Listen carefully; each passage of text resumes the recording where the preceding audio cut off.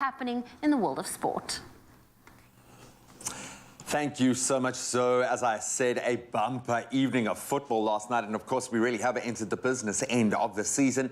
And Man City, yes, they've done it again. They've returned to the top of the table after beating Brighton 3-0 at the Etihad last night. It was goalless after the first 45. City's top scorer this season, Riyad Mahrez, was on hand to open the scoring 10 minutes into that second half before Phil Foden added a second shortly after that. And then Bernardo Silva wrapped up the 3 points in the 82nd minute to ensure that the champions take a 1-point lead over Liverpool again into now the final 6 games of the season. Also heating up for that top 4 position, and Arsenal, they got their top 4 chase very much back on track with an entertaining 4-2 win over their London rivals Chelsea. Eddie Nketiah scoring twice for the Gunners, to go along with goals from Emil Smith Rowe and Bukayo Saka, as they move now level on points with Spurs in 4th position. Some other results saw Newcastle beating Palace 1-0, and Everton getting a very vital point in context of where they're sitting, drawing 1-1 with Leicester. Then on to cricket news. England's batsman Joe Root has been named as Western's leading cricketer in the world for 2021. So Root hit 1,708 runs in 15 matches in 2021, 3rd highest number of test runs scored in a calendar year, in fact. And his stellar form came despite England winning only 4 tests last year. Then Lizelle Lee became the first South African woman to be named the leading women's cricketer in the world. Congratulations. Across 11 one-day internationals in 2021, Lee hit 632 runs at an average of, get this, 90.28. Danae van Niekerk was named as one of the Almanac's 5 cricketers of the year, alongside Ollie Robinson, Jasprit Bumrah, Rohit Sharma and Devon Conway. Then staying with cricketing news and action on the field, or at least off the field again, and a bit of a sad end to an era. West Indies limited overs captain Kieron Pollard has retired from international cricket. He announced this decision on social media yesterday. The 34-year-old, who is currently in India playing for the Mumbai Indians in the IPL, released a video on Instagram and a one-line announcement on Twitter. Pollard, who had never played a test for the West Indies, made his one-day international debut against South Africa back in 2007 and has gone on to play 123 ODIs and 101 T20s. And he scored over 4,200 runs, taken 97 wickets to go along with 106 catches in both formats. What a servant of the game and his team. And then some news that is undoubtedly going to polarize the world of sport yet again as we move to tennis.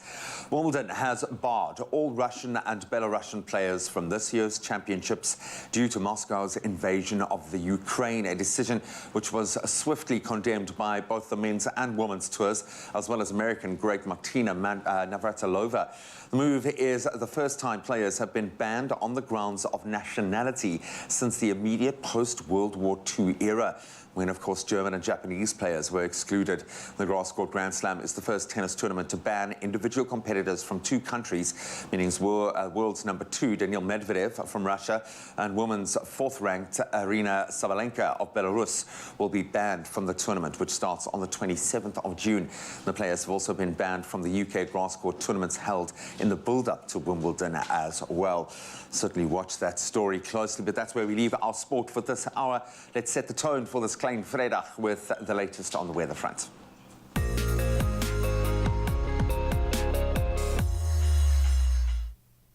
Thank you so much, G, for the sports update. On the weather front, we kick off our morning with Josephine Pickstone, a regular, who shared such a beautiful view with us a little later in the day than we usually showcase, but we just couldn't resist sharing this wonderful view. Look at that. And then, of course, a regular Sunrise contributor as well, Gary Aukamp, also shared this beautiful view on behalf of his niece, Casey Young, who took this stunning pic at Hamburg, about 30 minutes from East London, this past Easter weekend. And that is how you start your Thursday morning here on your Feel Good Breakfast show. Remember to keep sending them through, and who knows, you might get a young feature. But that being said, let me get you geared up for the rest of the day with those temperatures. If you do find yourself in Polokwane today, do expect a 42% chance of rain with a low of 12 that will peak at 21. For you, Umbombela, it is a low of 16 and a high of 25, as well as Pretoria can be seen with a low of 12 and a high of 23. Johannesburg, for you, it is a minimum of 11 and a maximum of 22, as well as Mahikeng ranging from from 11 to 23 as well. Clerksdorp for you, it is 8:24. Kimberley can be seen with a low of 12 and a high of 25. And if you do find yourself in Bloemfontein on this Thursday, do expect a minimum of 7 and a maximum of 24. Richards Bay for you, the sun is shining with a range of 18 to 27. Pietermaritzburg for you, it is 14-28, as well as South Africa's playground at Durban, ranging from 18 to 26. Mthatha for you, it is 13-30. East London 18-30, as well as Craddock can be seen with a minimum of 10 and a maximum of 30 as well. Gqeberha for you, 16-26. George following on with a low of 13 and a high of 23. The mother city Cape Town ranging from 15 to 22, as well as Worcester 13-32, Sutherland 11-24, and last but definitely not least, Uppington ranging from 14 to 29. Well, that is where I leave your first weather update here on your Feel Good Breakfast Show. Oh, thank you, Jamie Lee Domberg. Well, you know what? When it comes to your Feel Good Breakfast Show, we love Tropica Island of Treasure because we have announced the All-Star season is about us, and we have one of those All-Stars in studio. Roxy Lowe joins us. She's not only going to be here to chat all things Tropica Island of Treasure, but she's also going to give Jamie a little bit of a yoga. Don't be fooled. She looks all sweet and lovely. She's competitive. She's an athlete, yo. Just be warned. And we cannot wait to get into the competitive spirit of Tropica Season 10. And of course, with a little bit of exercise comes some refueling, and we'll be whipping up some beautiful crunchy granola balls this morning. Yesterday, our treats were delicious. Let's see if we can top them this morning. And of course, we are expecting you to play along and drink along this morning and have a lot of fun. But we're going to chat to Roxy in just a moment, so don't stray too far.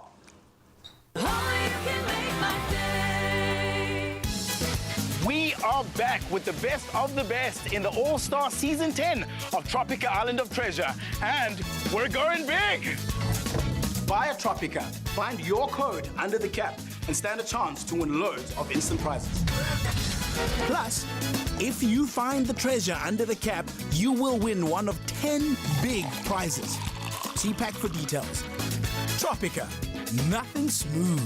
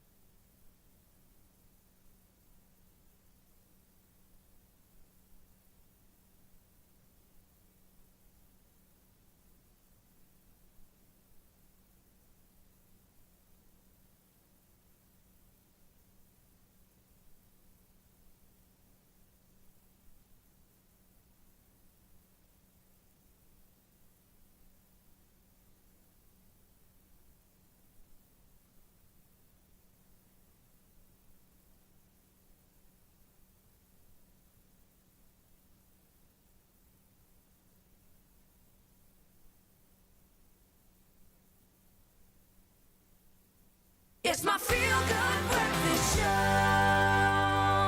Welcome back, you beautiful souls. Thank you so much for keeping it locked. We are very excited for a number of reasons this morning, a lot of them centered around Season 10 of Tropica Island of Treasure.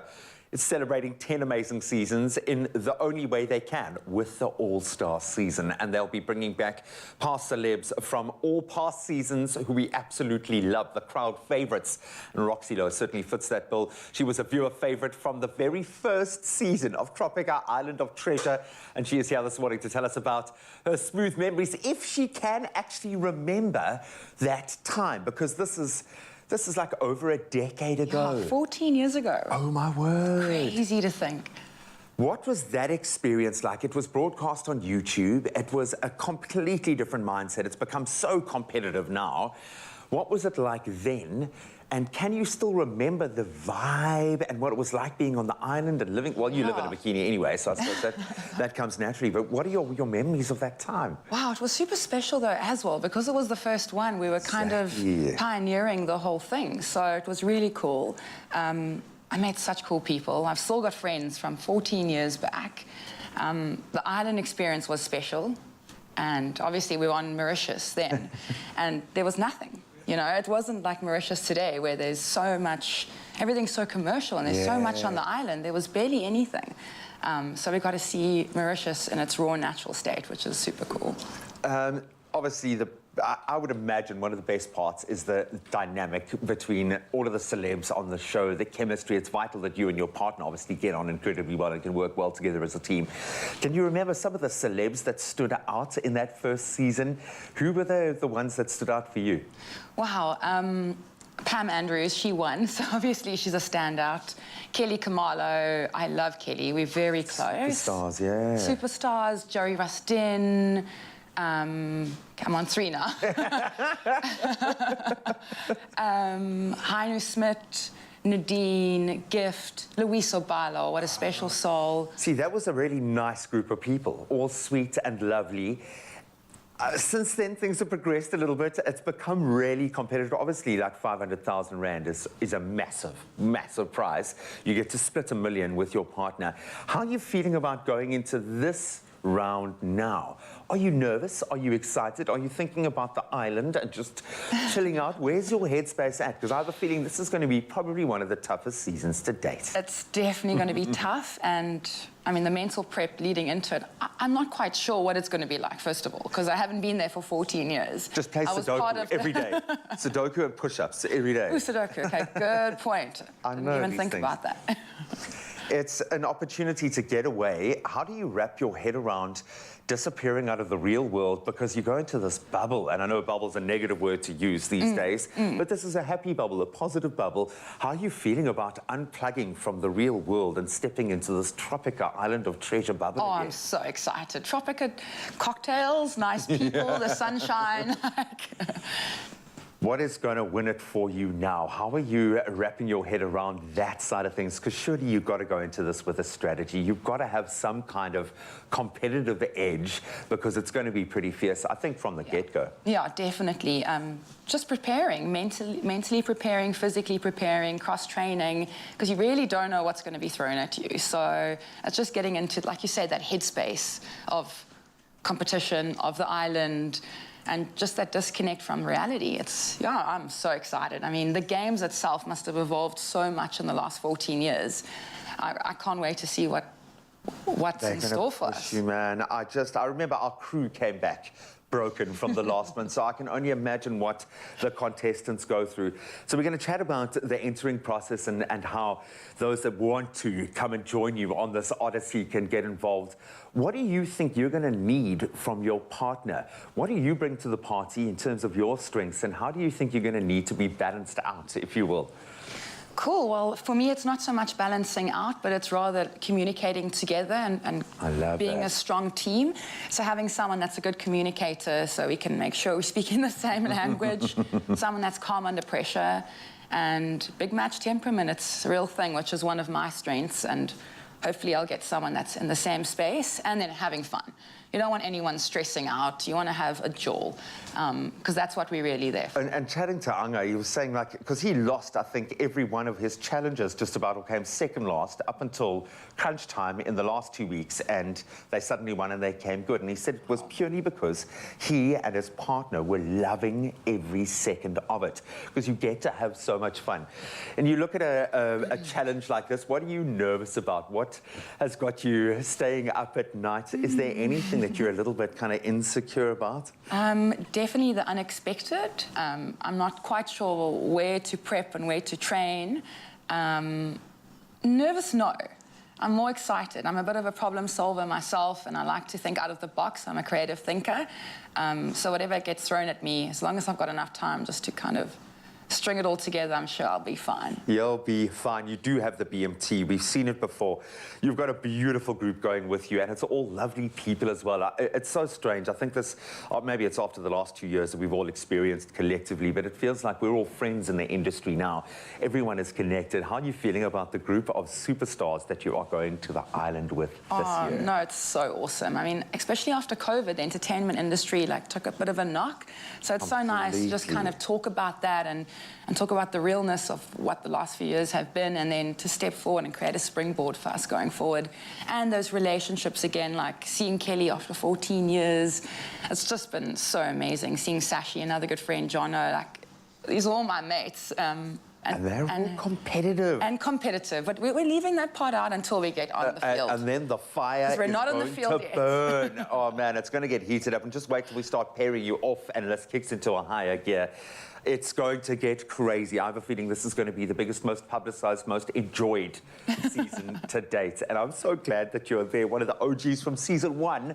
And it would make it like almost cosmic sense for you to win season 10 to come back. Absolutely, definitely. Season 1, season 10. There's something in the numbers. Ocean Get a Girl, hold of a we've got numerologist and actually find out what's in that.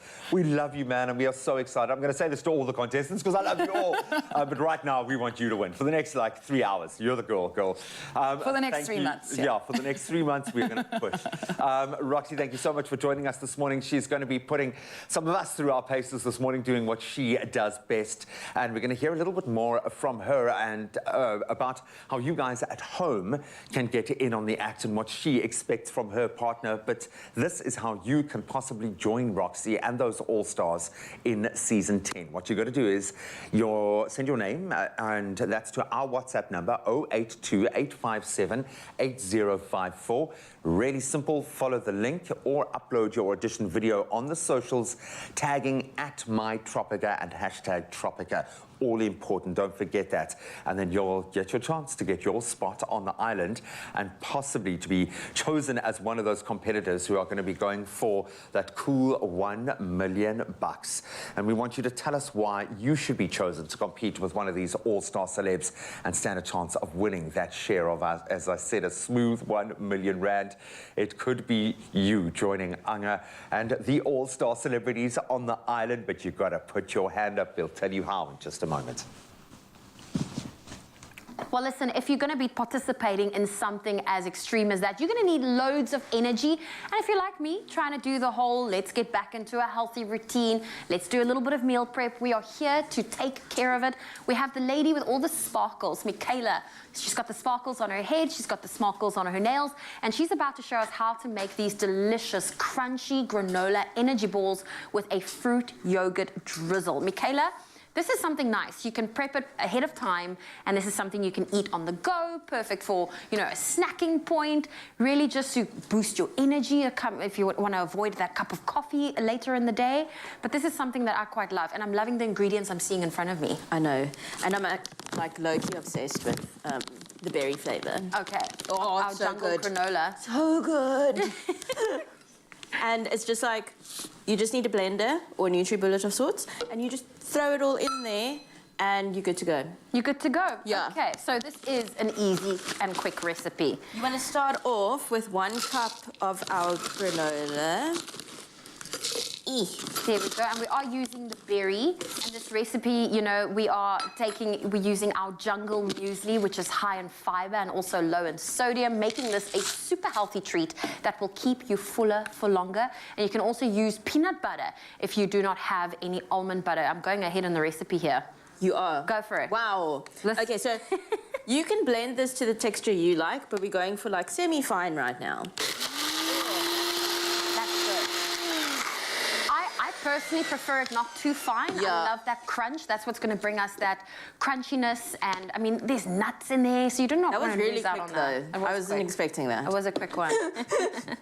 And then we have some toasted coconut flakes. Oh, and that's always a winner. I know. With a little it just energy adds ball. that bit of like char to it that you need. I was about to say, it's not Yeah. exactly sweetness. Yeah. Char is a good description. We have some cocoa, and just give that a quick mix around. And then you want to throw in some dates. This is just what we're going to use to bind it. I love dates so much. Dates were great when I was doing and practicing for the cycle tour. It was a nice little snack to have to really just give me a bite of energy. Ooh. So we just have a tiny bit of our almond butter. And like I mentioned earlier, if you don't have almond butter, you can use peanut butter. Or you can make your own almond butter. It's really easy. I've done that before. It really is easy. You just roast your almonds in the oven How for like good is 10 it? minutes. With a bit of maple syrup afterwards. Okay, I've never tried it with maple syrup, and then you just pop it in the blender. Like we're doing now. So obviously this give it will a shake require a spoon. little bit of a shake, get everything around there. But as the dates, gets blended, it is going to start making a bit of a paste, and that's what we want. Exactly. That's how it we're is going to- already blending. It's just in the middle. There's a bit of. We just want it to blend.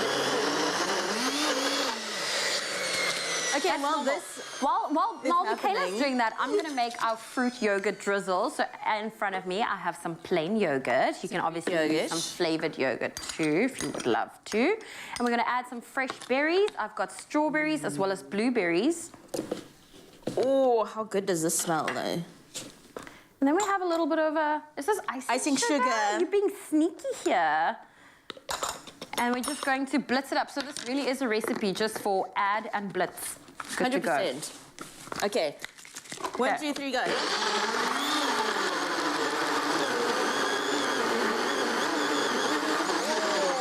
Mine is good. Yours is good. You beat me. Okay. Mine was wet ingredients already. And there we go. It's all blended. Then you just want to take a bit of water, but let's pretend there's water there. And you roll it into a ball. Actually, I didn't even need water for that. That was great. That was fine. There we but if go. you do need water, you're welcome to add a little bit. But look at that perfect little ball. Not as good this smells. It's actually like making me so hungry. And once you've made them, you just want to drizzle them with a bit of our yogurt dressing. And then we're going to put it in the fridge Okay. to harden up. Can I go for it? You can. I feel like I'm going to make a big mess here. Or, Like a tiny drizzle. yes. That. Ooh. Look at that unevenly sized. That's fine. You know what? This is for the person that's really hungry. We do not judge. The first one size seemed of a the little ball. bit small, so I was like, let's go for gold for the second one. Okay. Then you just make all these balls. And this is quite nice because you can seal it in an airtight container in the fridge. And store it up to about 2 weeks. There we go. Well, Michaela's making more of these balls, and you would love to get your hands on this delicious recipe. We just made some crunchy granola energy balls with a fruit yogurt drizzle. You can get your hands on it by simply heading over to our website, expressoshow.com. Final ball, put it down. Or, That's sorry, that one was not good. Let's just hide that spot. okay. There we go. expressoshow.com.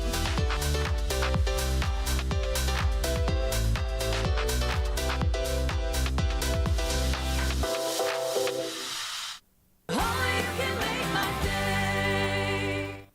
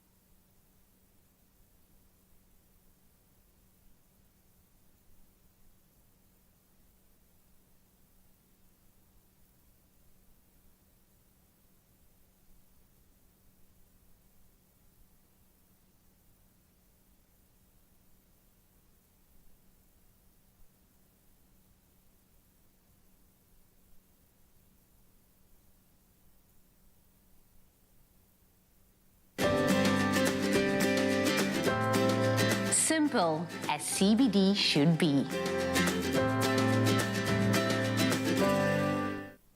It's my feel-good breakfast show.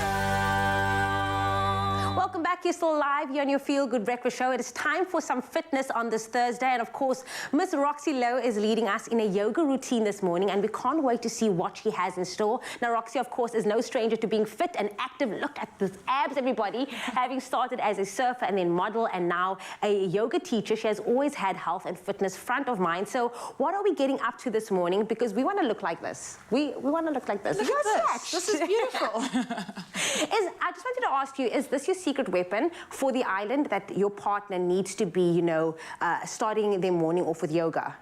Well, definitely being calm and really good under pressure. So yoga is really good for that, on the mental side of things as much as the physical side of things. I remember last year in lockdown, you were actually the first person to give me my first yoga lesson. So I'm very excited for us to do this full circle moment. What do you have for us this morning? Cool. So let's start in the front of the mat. Okay. Right here.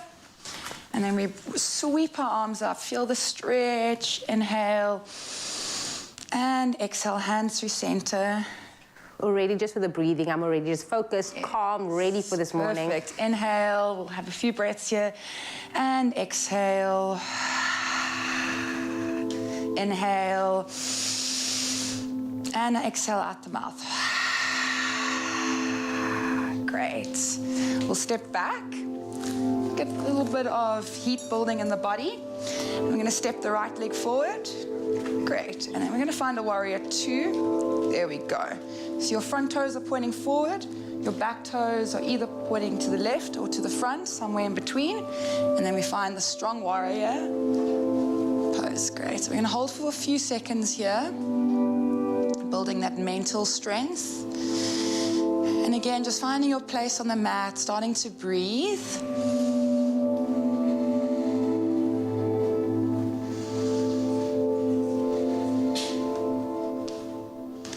Great. Bring your right hand to your thigh, and then bring your left hand over. We're going to get a nice juicy stretch down the ribs. Oh, that feels good. Feels really good. You don't want to strain your neck, so you can just relax it here, whatever is comfortable.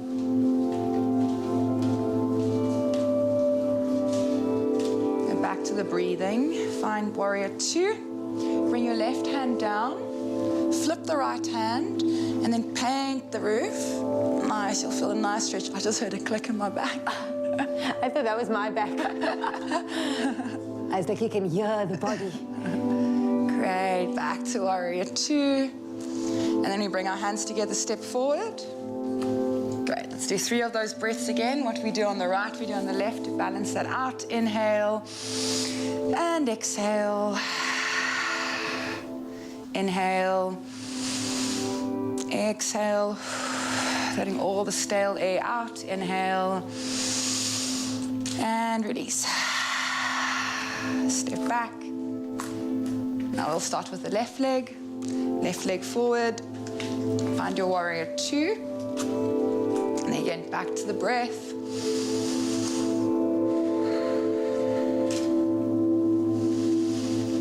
Honestly, wish you could come and start our morning with us every single day. It just really sets the pace and the tone for the rest of the day. You feel so calm, just collected, centered for the Thursday. It's good intention setting for the day ahead. And you're less reactive. So you're more making conscious decisions, a lot more slow. Even though our lives are so fast sometimes, you know. Great. Left hand to your left thigh, right arm over. Feel that stretch.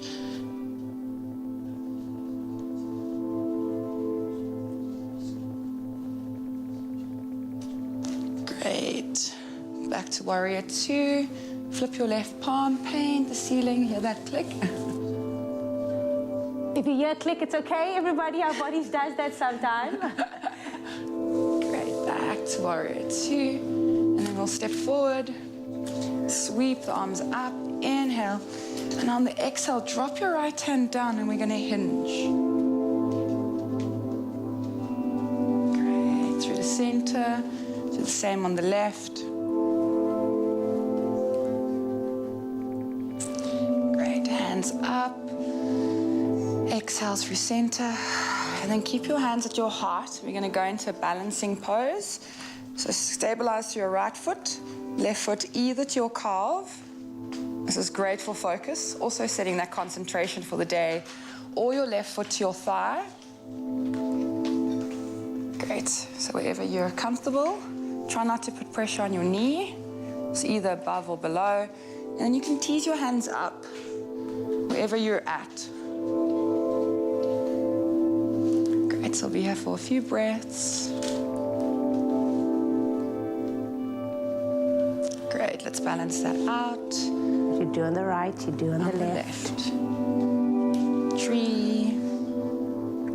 While Roxy Lowe and I continues with this position, she's not going anywhere. Of course, she's part of the all-star season, Tropica Island of Treasure. It is going to be 10 of your best stars, everybody, and she's hanging with us on your Feel Good Breakfast show, so don't go anywhere. Yep, time to bring balance to life. Wonder if you can also hear my bones creaking over the nice, calm, sedate music.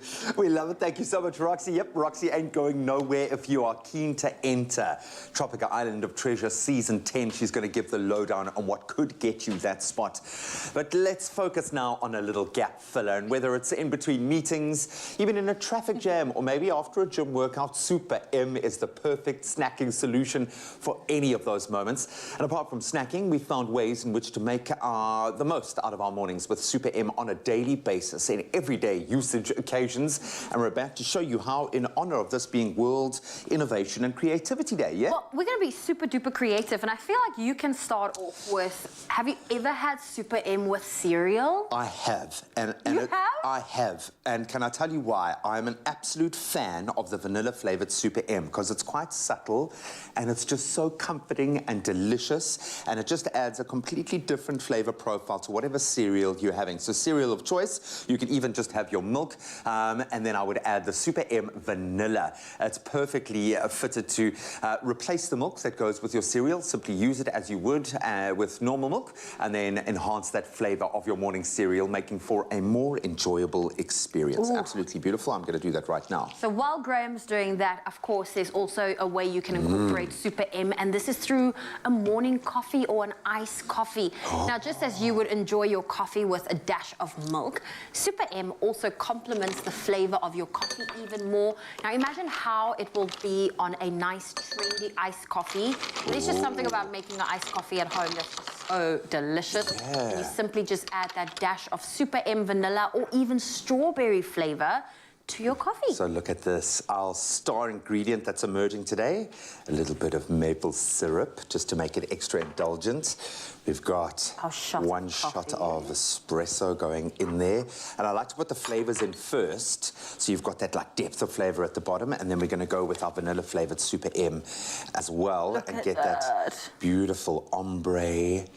Oh, and this is going to be a flavor journey from vanilla to those beautiful coffee notes. Spectacular. Oh, spectacular. Beautiful. Indeed. Now, I'm someone that loves my iced coffee with crushed ice, so maybe you want to add your Super M to a smoothie. Now, those mid-morning or afternoon smoothies will never be boring ever again with your Super M. I've got some frozen berries, in fact, some frozen bananas and berries that I'm going to add to our mixing container here. And I've always got that poor leftover banana that is kind of pushing the limits, that is maybe kind of on the edge of overripe.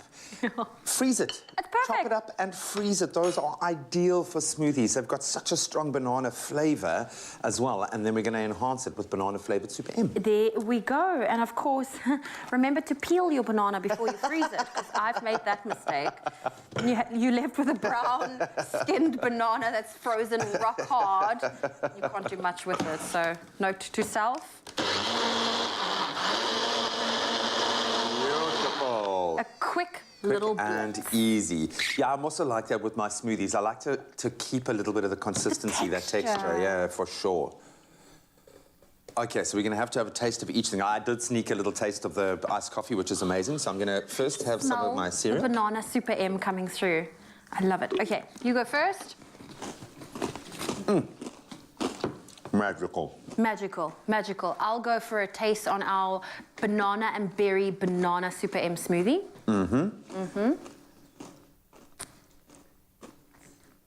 Ooh, that's yummy. Nice. Oh, this is so yummy. And well done for avoiding having a smoothie moustache Oh, no, of for the course. rest I'm a of pro today. now. That was really, really good. And finally, our iced coffee. I feel like you need to stir that. It looks like all your maple syrup's at the bottom. Oh, but those flavors are creeping up. This is absolutely delicious. It's luxurious. It is luxurious. So while Graham is tasting beautiful. that, these were just a few examples of how to make the most of your mornings with Super M. Now you can head on over to our socials and let us know how you creatively use your Super M in your everyday usage occasions. We would love to see how you do it. Yeah, blow our minds this morning. Oh, that's so good. I'm going back. Hola, Mzansi. It's going to be a hot day in the big city.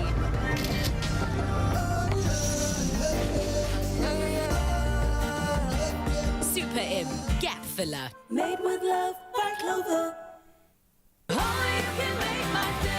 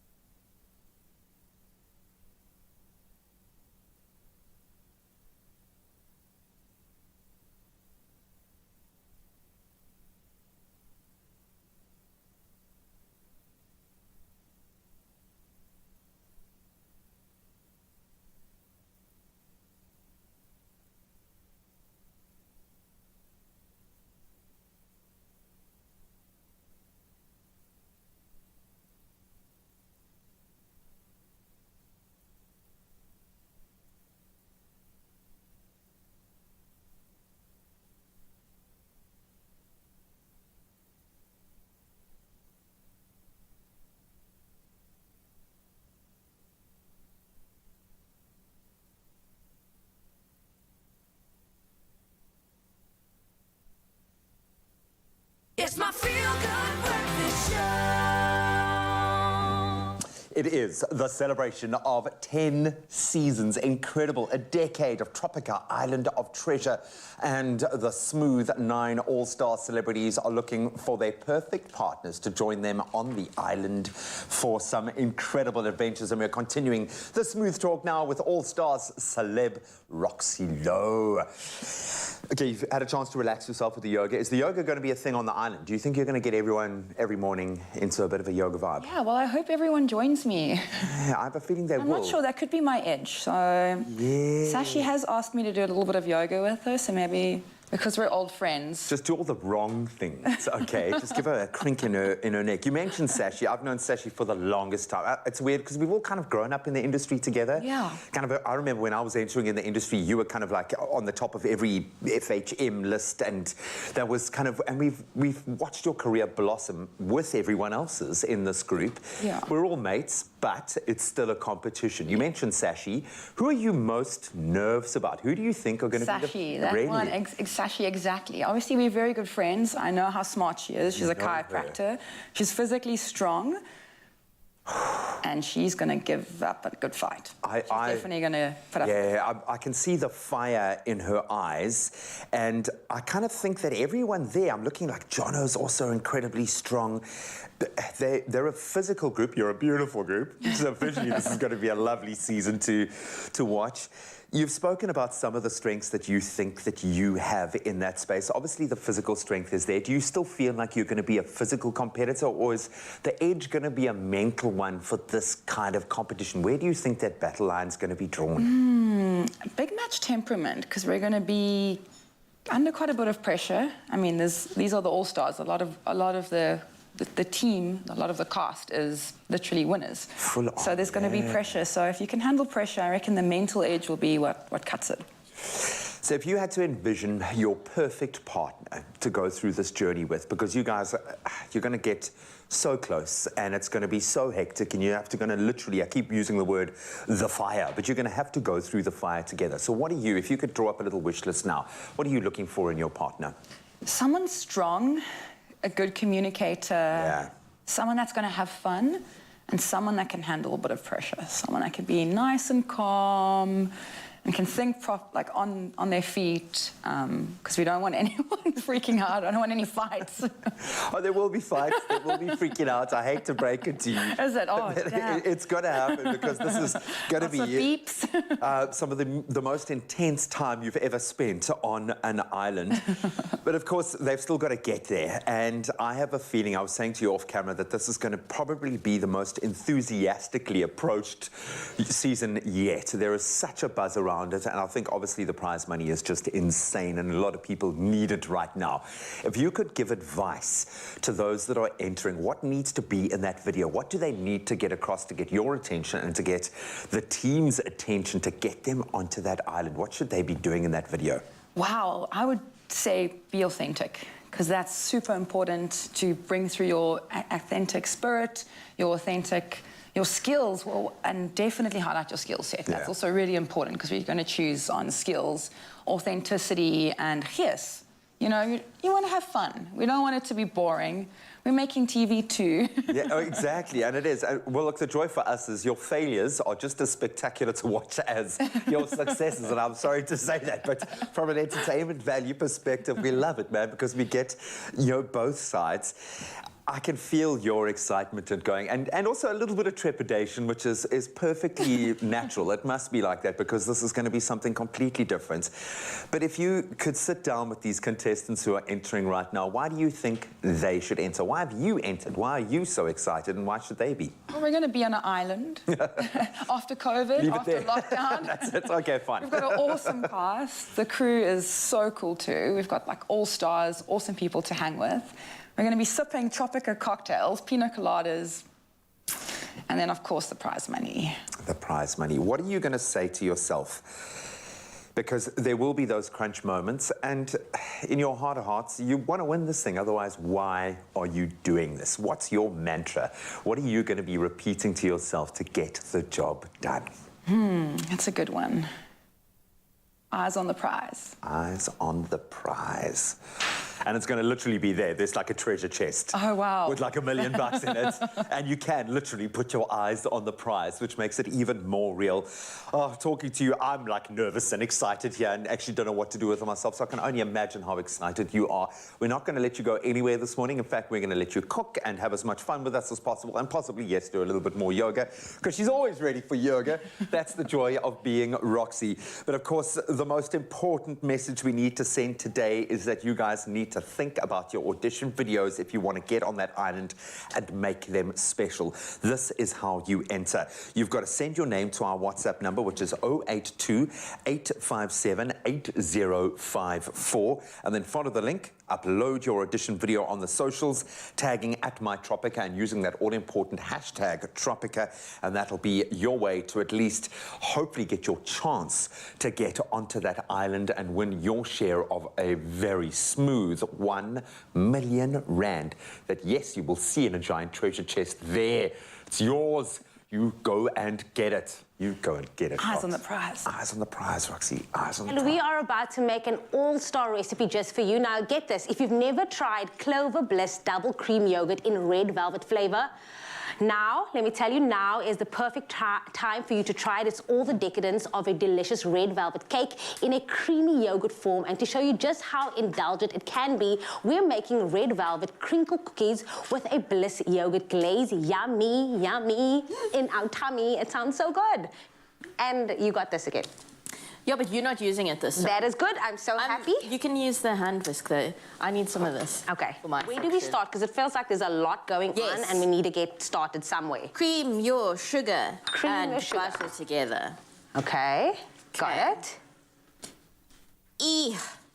Is it on a scale of 1 to Jamie proof? Is it Jamie proof, this recipe? Yes. Okay. If I can do it, you can do it at home as well, okay? So we've got our sugar in, we've got our butter in, and then we're going to use that machine that I do not use, but you could whisk it if you wanted to. Yes. 1 egg. 1 egg going in. And she looks at it, and she multitasks and looks at me while using this machine. I'm so proud. Look at this come. We've come a long way, eh? We've come a long way. Vanilla essence. Vanilla essence going in as well. With one hand, everybody. Let's see how much longer I can keep going with one hand. Don't look at me. Don't look at me. Some red food coloring. That's going to, of course, create that red velvety texture and color that we need. Yes. Going There in. we go. Now look at me. Yay. Okay. We're starting there. We're Then starting you have somewhere. some flour, Flour going in. Lots of flour. baking powder. We have some cocoa. Look Okay, at her go. Actually, I can't keep doing that because I need to use some of this. Which is, of course, the hero ingredient for this dish. Now, we are using the Clover Bliss double cream yogurt. It is deliciously thick, it is creamy, and is truly indulgent. Perfect to enjoy on its own if you want, but you can also make a big batch of these cookie dough, freeze it, and use it when you are in need of a snack. I mean, this is great to just whip out if you're having friends over and just be like, guess what I made? Red velvet crinkle cookies, everybody. And you can keep these for a long time. Which we love as well. Yes. It's about the convenience for us, everybody. Okay, and while I'm doing this, can you please add some of your Clover Red Velvet Bliss I can do to that. that icing sugar? And this is going to be for our yogurt glaze on the top, right? Yes. How many spoons? Don't add too many, maybe just add one more. One more. You kind of want to eyeball it when it comes to how much icing sugar is in your bowl. I'm eyeballing it. Yeah, you are. Okay. There we go. You see, I pulled a Jamie there for 5 seconds. What It got happened? a bit messy. That's a you girl. That's a you problem. Do not blame it on me. I was standing far away. There we go. Okay, and then you just want to make sure that everything is combined. Get it, girl. Nice. Work. Put in the work. I'm so glad I didn't take on that job today. I think I might break the spatula at this point. Okay, done. Just give it a mix with your hand. You don't want to overmix it, so otherwise the texture of the cookies will be off. And then you have your dough. There we go. We got our dough, which again, you can Nice. freeze if you want to, and just pop it out whenever you need to. Yes. You might want to turn it into a log then, and then just slice it. That could be great for freezing purposes. Got it. 'Cause Yes. There's nothing worse than actually taking something out frozen and then trying to cut it and be like, no, babe, Yeah. it's not going to work.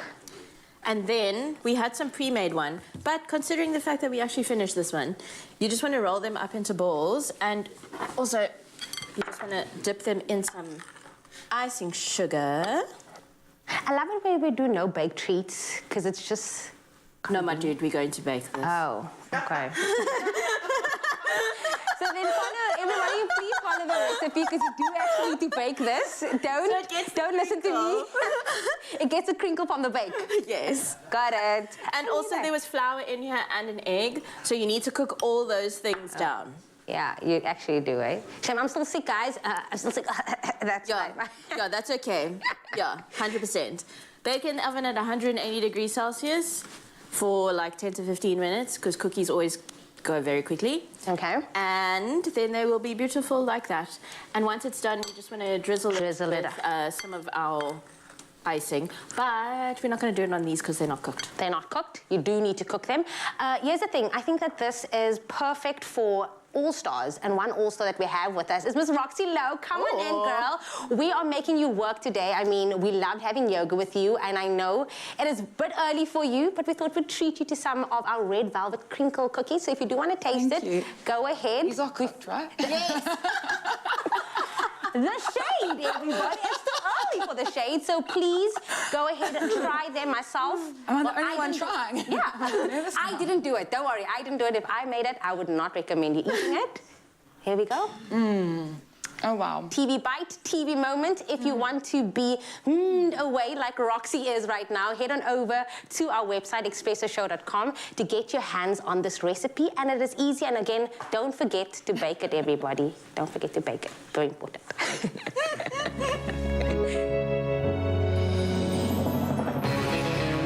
With the creamy decadence of double cream bliss from Clover, Yogurt has never been so irresistible. Made with love by Clover. Oh, you can make my day.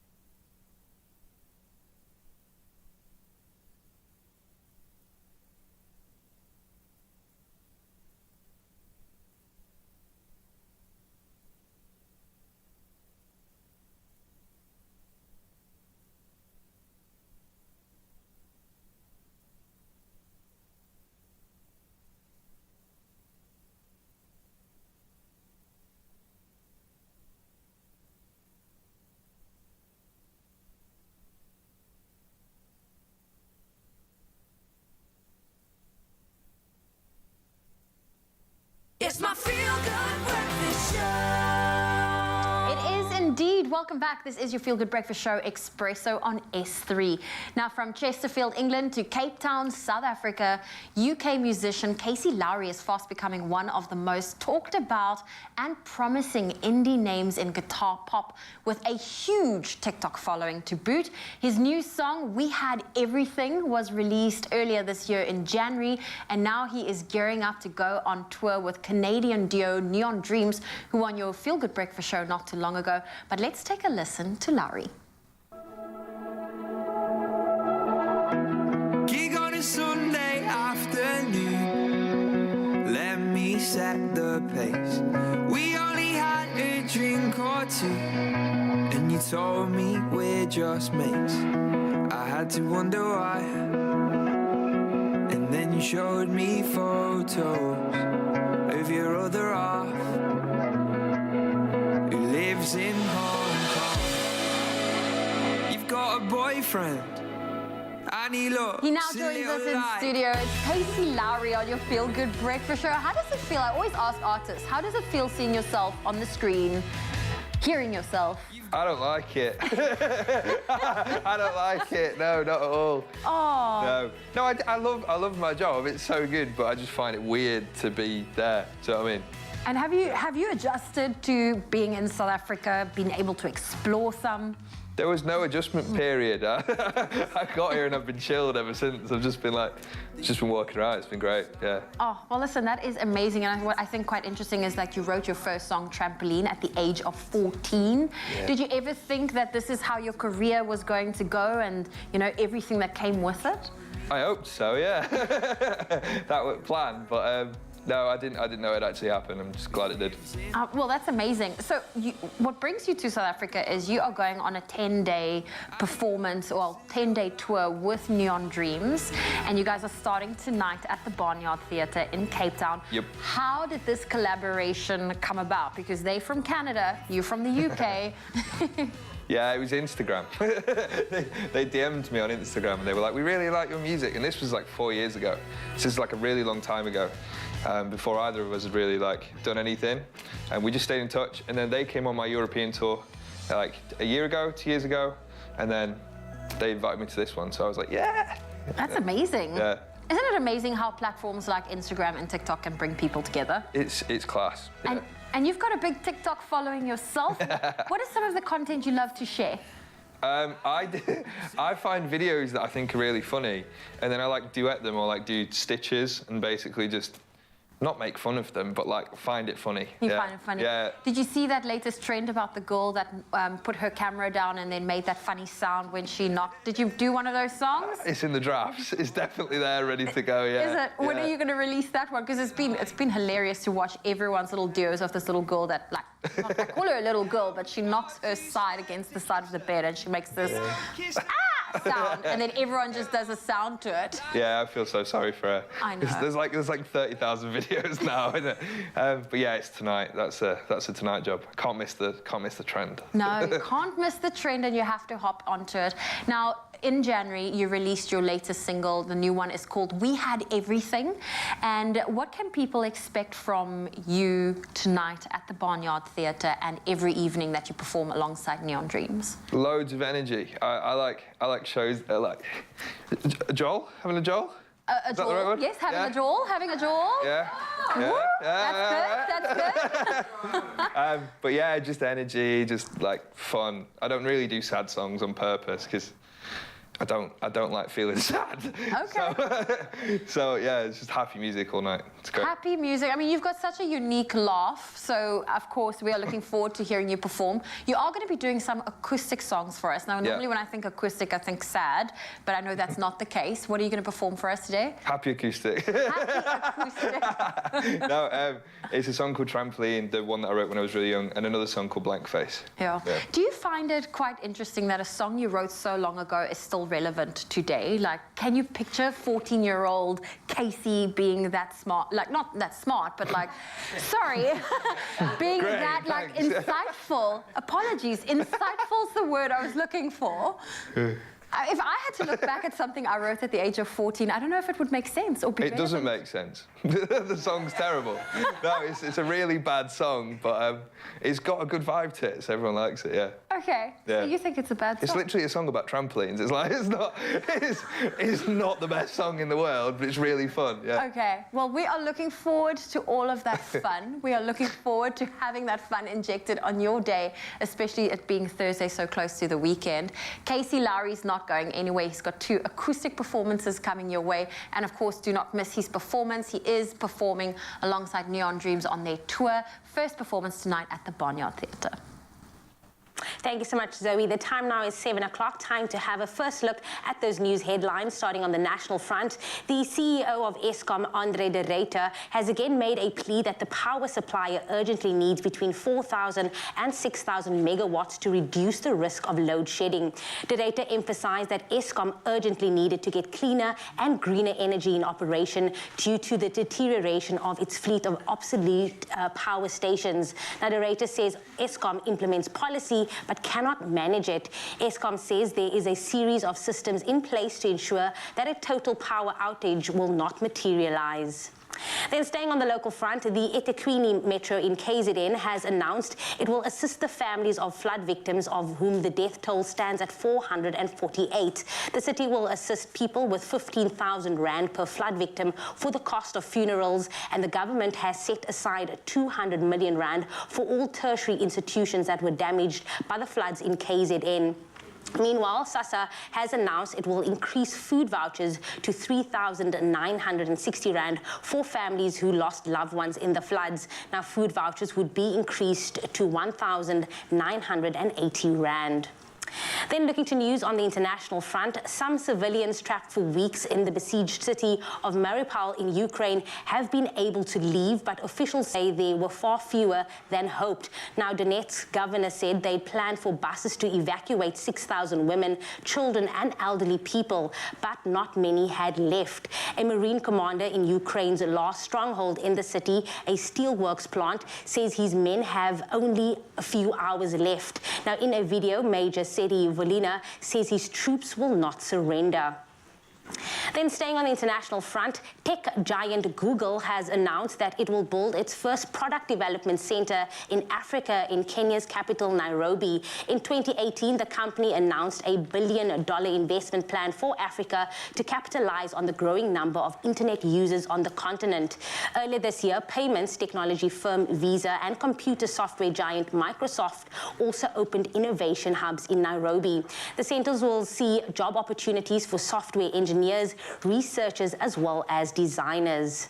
Construction has also begun on the world's largest wildlife overpass, the Wallace-Annenberg Wildlife Crossing, across a multi-lane highway at Liberty Canyon in the Santa Monica Mountains in the U.S.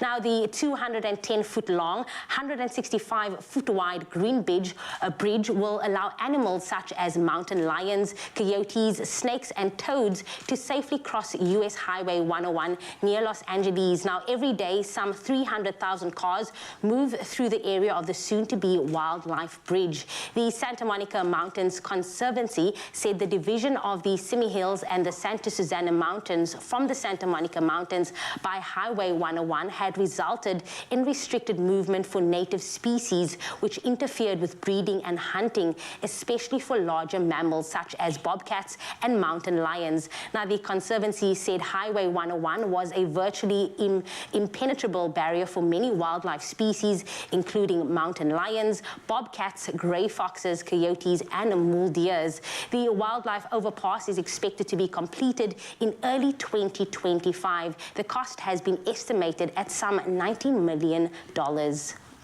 That being said, that is where I leave your 7 o'clock news headlines. We will be back on the top of the hour with another update, but right now it's time to have another look at the sports with Graham.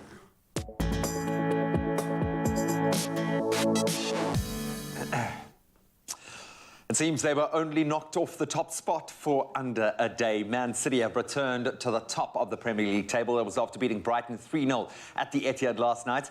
It was goalless after the first 45 minutes, and then City's top scorer this season stepped up. Riyad Mahrez was on hand to open the scoring 10 minutes into that second half before Phil Foden added the second shortly after that, and then Bernardo Silva wrapped up the 3 points in the 82nd minute to ensure that the champions take that 1-point lead over Liverpool into the final 6 games. It's the business end now. Likewise, in that race for top 4, and Arsenal got their chase for that top 4 position back on track with one of the most entertaining 4-2 London derbies we've seen against their arch rivals Chelsea.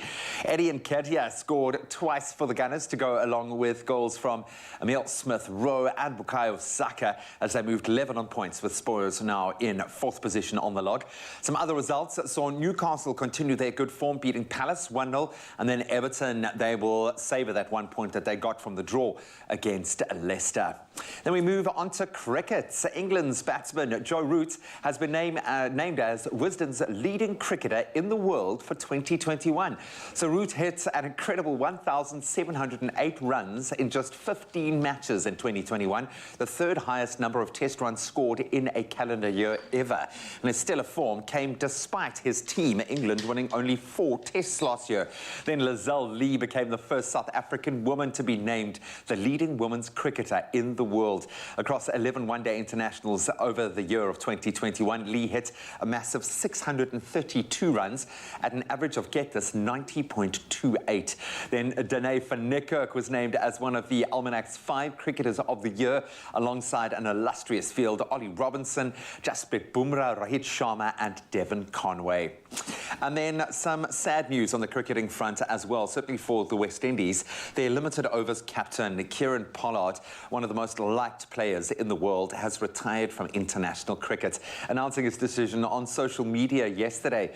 The 34-year-old, who is currently in India playing for the Mumbai Indians in the IPL, released a video on Instagram and then a one-line announcement on Twitter. Pollard, who's never played a test for the West Indies, made his one-day international debut against South Africa, incidentally, back in 2007, and has gone on to play 123 ODIs and 101 T20s. And he scored over 4,200 runs, taken 97 wickets to go along with his 106 catches in both formats. He has certainly been a servant of the game for the West Indies, and he's going to be missed. Then another controversial move in sport, this time relating to tennis, that is no doubt going to polarize the sporting world. Wimbledon has barred all Russian and Belarusian players from this year's championships. That, of course, due to Moscow's invasion of Ukraine, a decision which was swiftly condemned by both the men and women's tours, as well as American great Martina Navratilova. The move is the first time players have been banned on the grounds of nationality since the immediate post-World War II new era when German and Japanese players were excluded. The grass court Grand Slam is the first tennis tournament to ban individual competitors from 2 countries as well, meaning men's world number 2, Daniil Medvedev, from Russia, obviously, and then women's 4th ranked Arina Sabalenka of Belarus will both be banned from the tournament that kicks off on the 27th of June. The players have also been banned from the UK grass court tournaments held in the build-up to Wimbledon as well. We'll certainly watch that space, but that's where we leave our sport for this hour. Let's get a global weather perspective now and see what temperatures we have in store today.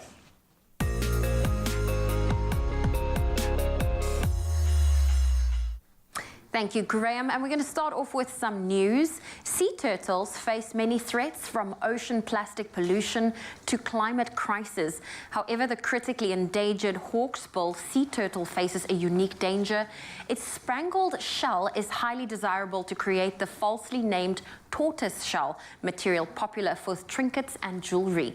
Now, the turtles have paid a steep price for the material's desirability, as there are fewer than 25,000 breeding females left.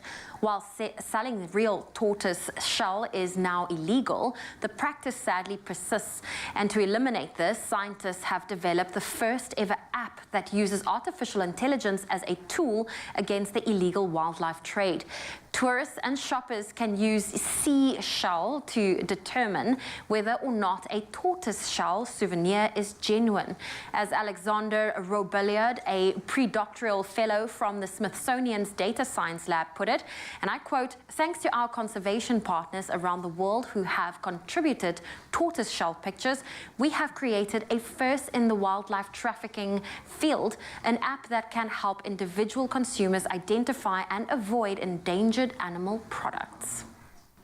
Well, certainly some positive news over there. And while we are enjoying the positive news, let's continue that vibe with our beautiful sunrise photos that you share with us.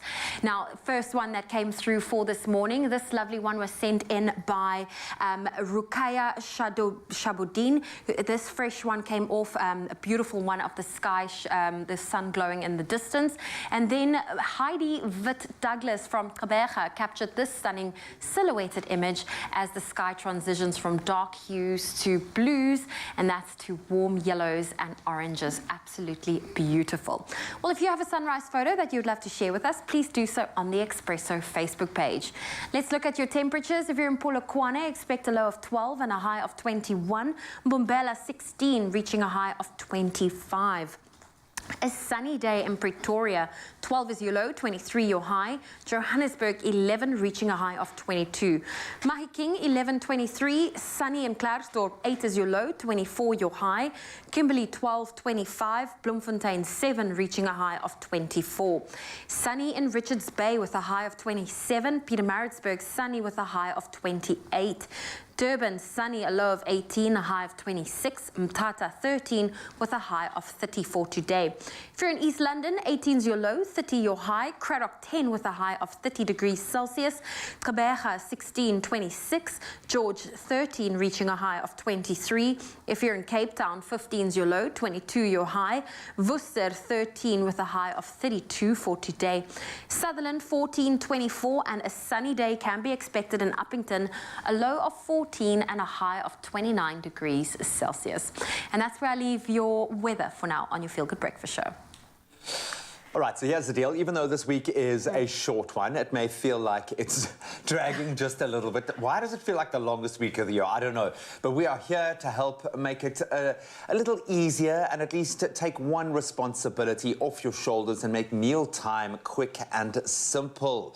And for quick and easy recipes, I'm going to say it again. I've been screaming this for the last couple of months. Just follow @SimplyChickenZA on Instagram. Honestly, they will take these dishes and turn them into spectacular meals that, most importantly, your kids will love. It's so easy, and it's been a lifesaver for me in my life, just making sure that I cook good stuff for Luca and myself. Because you have a Air fryer. Now remember, there's still a chance for you to win an Vortex air fryer every single week with Simply Chicken. And to be this week's lucky winner, all you have to do is simply reply. It's that easy. Just go on, simply reply to the competition post on the Expresso Facebook, or you can go to the Twitter or the Instagram page and tell us your hashtag Real Mom Easter holiday stories. That's how simple it is. And we've had some great entrants, and I think I've enjoyed the process of meeting these super moms even more. So here's the deal. Not only do you stand the chance of winning, yes, the game-changing, amazing air fryer that everyone but me has, but you also get your chance to connect with us live on the show here on Expresso and tell that story and inspire other moms out there, and then automatically be entered into the draw for the grand cash prize of 10,000 Rand. 10 grand. Come on. So please don't forget the hashtag Real Mom in that answer, and the competition closes at midday tomorrow, this round at least. That's the 29th of Friday, the 29th of April, and you can find your T's and C's on expressoshow.com with some other great culinary inspiration. I think you need to enter it because you need an air fryer. I do need an air fryer, man. I've been fishing for like months now. Just air fryer, please. Come and give them an air fryer.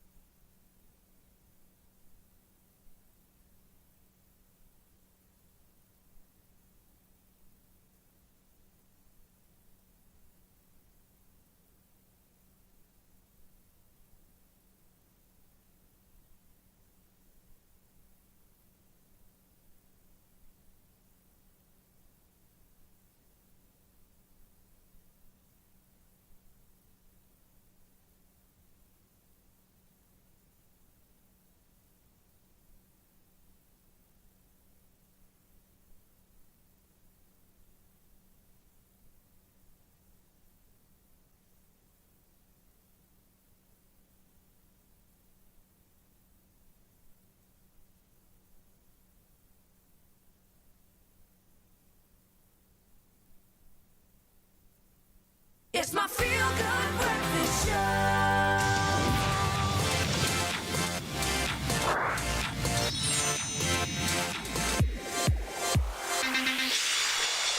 Yes, the man with the master plan and bright yellow hair is back, and that's why I'm smiling, because it's perfect for today's theme. We are celebrating World Creativity and Innovation Day today. So we thought we'd dig into our tech report and take a look at some innovations that we need to be jumping on. And I think most smartphones these days have some sort of voice activation, whether it's Google Assistant, Siri, Samsung's Bixby, but a lot of people aren't sure how to use or why to use voice commands or how it's useful to them. Well, here are a few things to get you started and get you talking to your device. My problem is I've already personified my device. I've also got Alexa at home now, which has changed the way that I engage with tech. It has. It's one of those things that we know that our phones do this, voice activation stuff, but we don't know how to use it. And I actually get this question a lot. People stop me in the street and they go like, hey, you're the guy from Expresso. What is this voice activation thing? So I thought it would be really cool to just teach you a little bit of just like the base. Now you can impress your friends today at work or But it's there to make life easier. So let's make people's lives easier, because ultimately that's what innovation is there for. If your hands are busy, it's one of the things I use all the time. I've got a Google Home at home. I use it all the time. And I'm not going to say the commands. You should know your commands, because if I say the commands on air now, your phone's going to... phones are going to be... Okay, let me. Okay, I'm going to do this. Just do one. I'll do one. And if somebody's phone goes off, please let us know on socials. Hey, Google. Oh, my phone just went. Okay, never mind.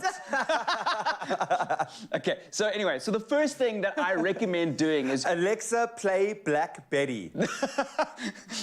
Someone's trying to put their child to sleep and you've just destroyed their morning. Okay, so the first thing I recommend is currency conversion. And it's not just currency conversion, it's any form of metric conversion. Okay. So if you are in the kitchen and you're doing a recipe and you've got your phone out and you're full of flour and it calls for 7 ounces of bicarb, so nothing will have 7 ounces of bicarb. But then you can ask your device what that is in grams or in teaspoons. So that I actually use that quite a lot.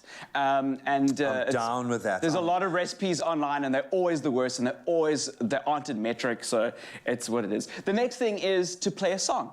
So if you've linked a music service, by default, it will take that music service and play the song from your music service that you request. Like you just did now. Yep. Hey, Alexa, play Betty. That is exactly what will happen. So it will find that song and play it for you. So if you are at a birthday party and you want to go like, hey, we need a happy birthday track. Let's kick it into hype, For Christmas, I don't like Christmas music, but Amber loves Christmas stuff. So then I just was like, play a Christmas playlist, I guess. If you happen to have a 4- or 5-year-old son at home, you can also ask to play other sounds. I'm not going to tell you which sounds, but particular sounds that 5-year-olds will find really, really funny. So it's not just music, okay? You've now ruined more parents' lives this morning. Okay, the other thing is to set a timer. I do this very often, especially when I'm putting, frozen meals in the oven.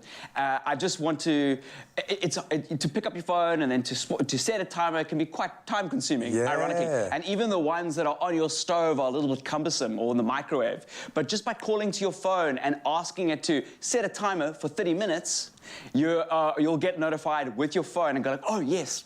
So I do that all the time. It's my default timer. I don't have to buy a third-party timer. So a lot of chefs will have a separate timer that they bought for like an egg timer. Yeah. This is so much better for that kind of thing. And you can set up multiple ones at the same time, which is right.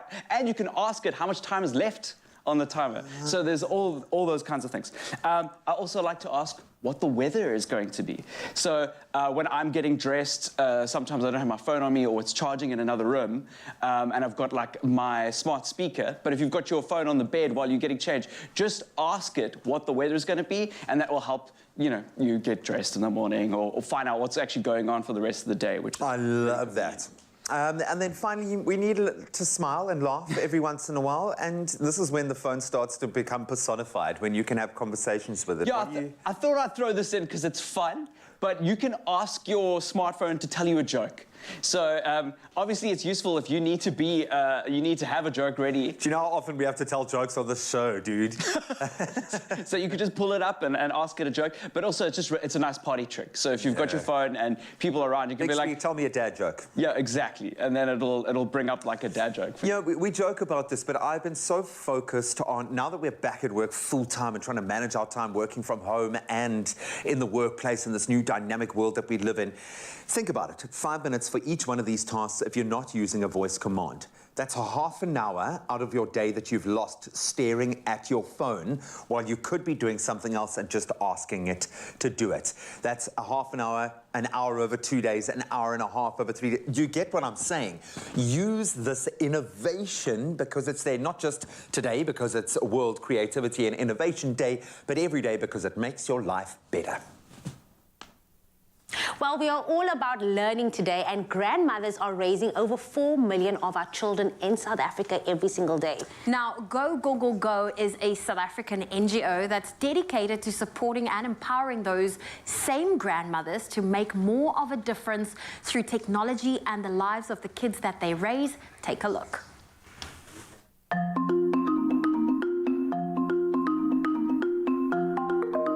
In South Africa has taught us a number of things, but one of the most important things that we've learned from COVID is the importance and value of internet access for connectivity and for communication and for learning. As schools were closed in COVID, a lot of children turned to online or internet-based learning. And we saw a need to work with the people who are raising children to familiarize them with the value and importance of internet. So we identified grandmothers as very important carers of children. There are over 4 million children in South Africa being raised by grandmothers, or as we call them, gogos. But gogos are scared of the internet. So in order to enable the access of children to the internet, we needed to get the grandmothers on board. So our project here, which was to train grandmothers in internet usage and to make them familiar with the internet, was to give them the skills to manage the internet support that their children needed at home. So working together with the grandmothers as the caregivers of the children, we got them on board to recognize the value of the internet so they can support their children using the internet safely and effectively to improve their outcomes and their learning.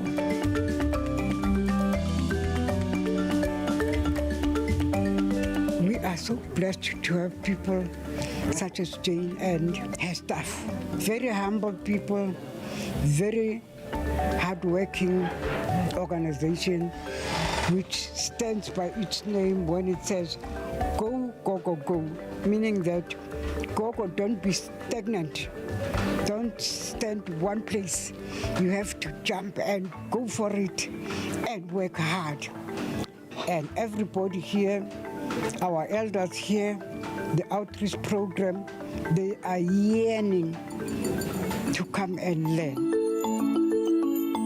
Practically with our lessons, what we're seeing is that these gogos are now able to know how to use the internet and assist their kids. So if a kid comes and they're like, hey Gogo, there's an app for school, and they say they must check a newsletter, then the Gogo can check it now and they know how to connect. They know, okay, I need data for this, so please go buy me data. I can check the balance of that. I can check your newsletters.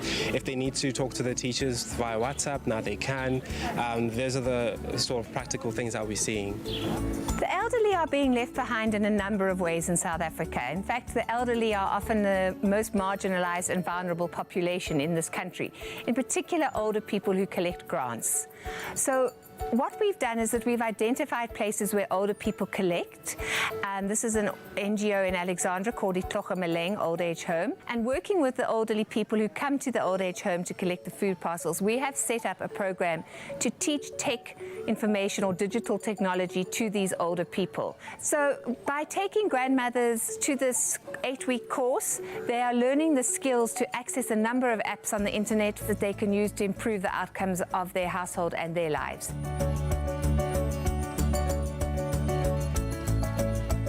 It helped me a lot because I didn't know how to use it. Now I can use it now.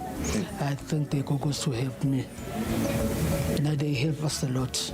I do have such phones, you know, like smartphones at home, which I did not know how to use them before. But since we got here, really, this has done so much for me, and I'm so happy about the program. Very, very happy. It helped me a lot because I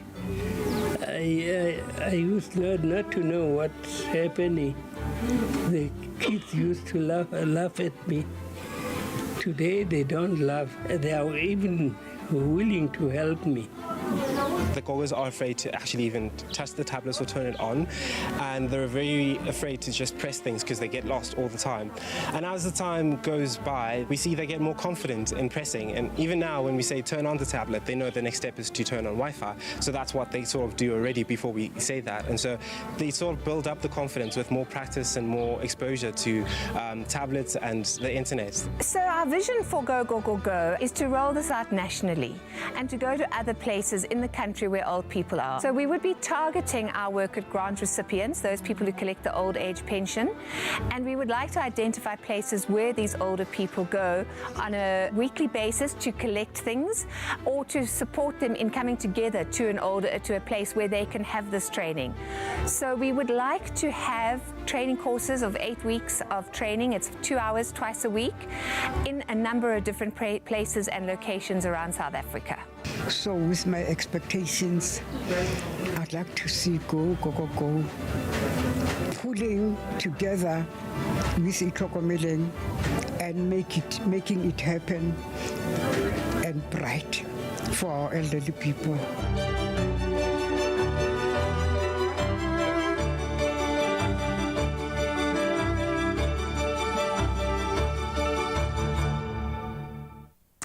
Gogos are so special. How amazing is that? And I mean, I love this quote that says, a home without a grandmother is like a road that goes nowhere. That's, of course, a Sinhalese proverb, and it's great to see just an organization like Go, Go, Go, Go, making sure our grandmothers don't get left behind in the world of technology. So go, go, go, go.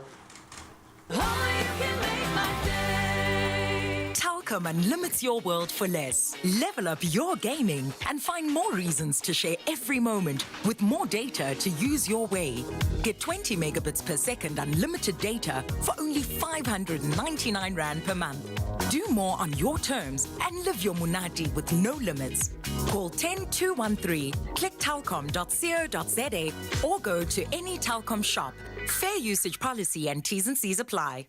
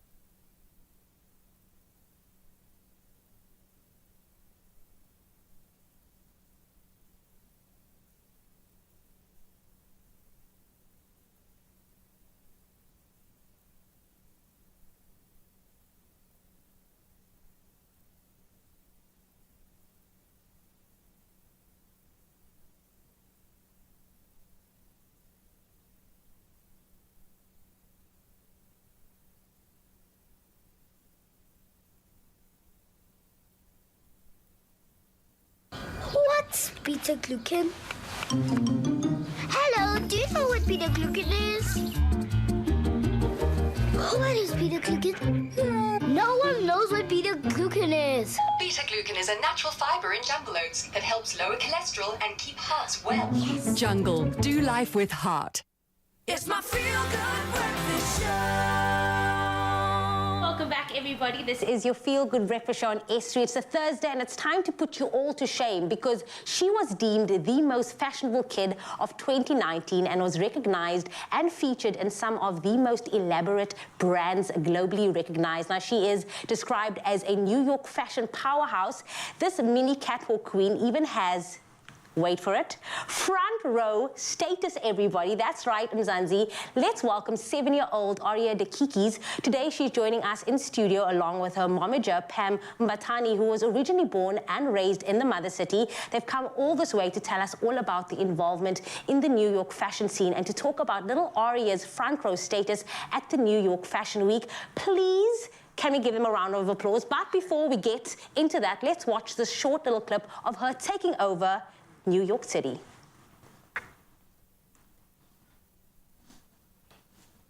I'm feeling good, the sun is shining, I knew it would. The world's a playground, I'm in the clouds. Let me show you what it's all about. Check it out, I'm gonna light it up, yeah, I'm gonna light it up. Check it out, I'm gonna light it up, yeah, I'm gonna light it up. Just check it out, I'm gonna light it up, yeah, I'm gonna light it up. Let me show you what it's all about. Check it out. Please, can we give this mom and daughter, this duo, a feel-good welcome?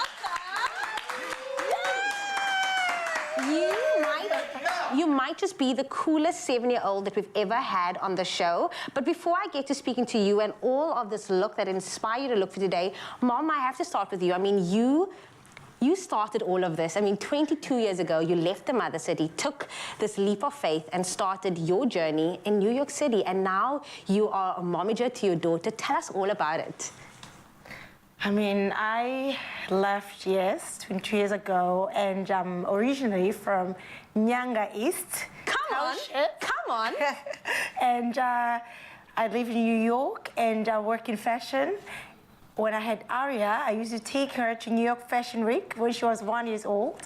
And photographers just loved her style, how I used to style her. And they would take pictures of her. So agent asked Aria to be a model. We signed up with them. Right after we signed up with them, she was in billboards for Uniqlo, for Macy's. You know, she was everywhere in Asia and US. And she's acting, she's doing everything. Now we're here. I love that. Thank you so much for joining us, because, I mean, you guys are superstars living the New York dream. But what was it about Aria that you said, you know what, I need to make this happen. I need to represent Africa on the larger scale, but also introduce her to the fashion industry? I mean, Aria is a natural. So even at, as I said, when she was at Fashion Week, 1 year old, starting attending shows, she would just pose for the camera. Pose for the cameras. So, you know, after that, she would always, you know, get front row seats. They will invite her to the shows. They love her style. They love how she was confident at a young age. She still is. She still attends shows as we speak. We were just at a few shows at last season, and you know, she's... I don't even want to speak about the front row status, and we can get into that, but I'm sure she got it from you. Clearly, look at this looks. Thank you. But I'm sure a lot of people ask you, like, how do you manage everything? How do you balance it? I mean, she's still 7 years old. She's sitting front row seats, but she still goes to school. She's still a normal 7-year-old. So how do you find the balance between her schoolwork, sitting front row, and still being acting and doing all of these things? I mean, we do find a balance, because I always tell all her agents that after school, that's when she can shoot, that's when she can do auditions, that's when, you know, she can go to castings. Everything she does after school. Because I'm always telling them, school first. School, you know, even after school, she has to do her homework first, and then we'll do an audition, you know. But before school, no. Absolutely. So they already know that, and we balance that very well because they know her schedule, and that's how we do it. I love that. Aria, you are the girl of the moment. You are the little girl of the season. What is it like sitting front row seats with some of these big names that, I mean, I'm sure you've always dreamed of sitting with these people, and now you getting to rub shoulders with them? What is that feeling like? It feels very nice because I get to sit front row.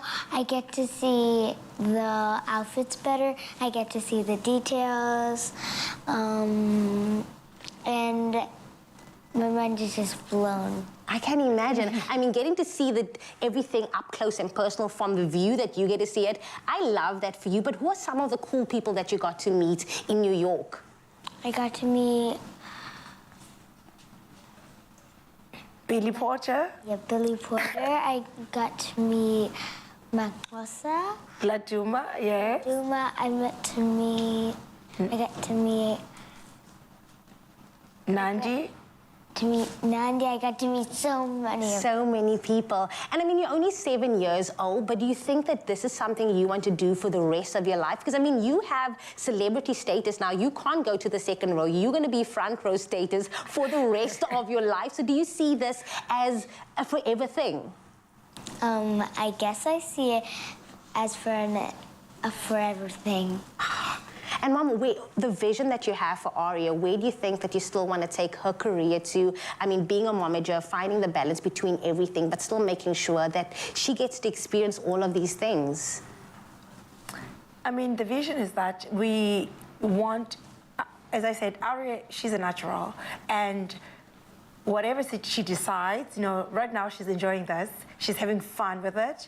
But we don't know in the future if she decides that, okay, you know what, I don't want to do this anymore, I want to do that, we'll just support her.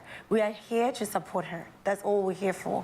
So now she's just having fun with it, and, right?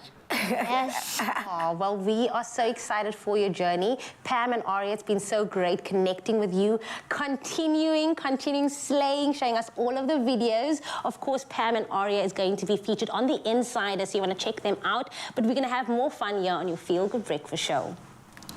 I hope to have a daughter like that one day. She's so gorgeous. Taking the world by storm, and understandably so. We're about to tone in on another phenom taking the world by storm. It's paddle tennis, and Ryle is going to bring us the latest.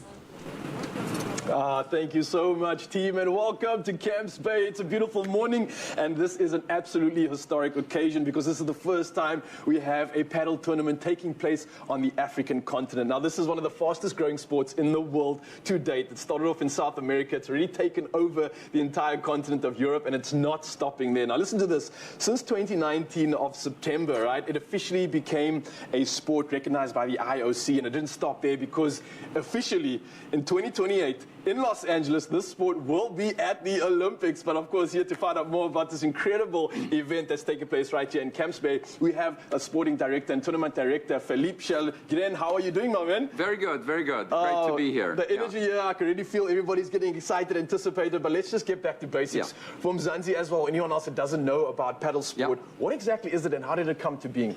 Well, 1969, supposedly it started in Mexico in the bottom of a pool where they put up a tennis net, and they started playing paddle with tennis balls and the beach bats, basically. And then it took over and became a sport in South America. And then about 30 years ago, it came to Spain. And now it is the second largest sport in Spain already. And since then, in the last sort of decade, it's grown tremendously around all of Europe, and especially north of Europe, where I'm from, in Sweden. And then I stay here 6 months per year, and I decided to bring the sport here in a big way, and was able to bring Africa Paddle here with a lot of different courts and clubs and so on. And then, of course, I convinced the APT Paddle Tour, which is the most international of all tours, especially now with Africa as a continent. And for the first time ever, as you said, we have an international professional paddle tour. And today we also have a South African team playing because we gave them a wild card to play, and they're playing against some of the best best players in the world. That is beautiful, man. Look, we've spoken about the growth, which is phenomenal considering it's a relatively short period of time. But what does it mean for someone like you seeing a tournament like this actually land on African soil? I mean, for the sport in general, this is huge, right? Yes, it's fantastic. And just to think about, is there a more beautiful place to be than in Camps Bay? Maybe today we have a little bit too mist, but that's going to go when the sun comes up. I mean, we have the Lion's Head, 12 Apostles, the beach in front of us. The guys that are competing, they're saying they've never seen a more beautiful beautiful spot. So not only is it a historic moment for Africa, but it is also the most beautiful spot in Africa we can think about. That makes me smile, and I think for the rest of South Africa as well, just to obviously welcome this tournament to our shores and enjoying the beauty as well. That means so much to us, man. But look, it's not only the beauty that we're celebrating. Obviously, the tournament is going down, and it's been taking place since Tuesday, I believe. How's the reception been? What's the reception been like from people that are viewing it?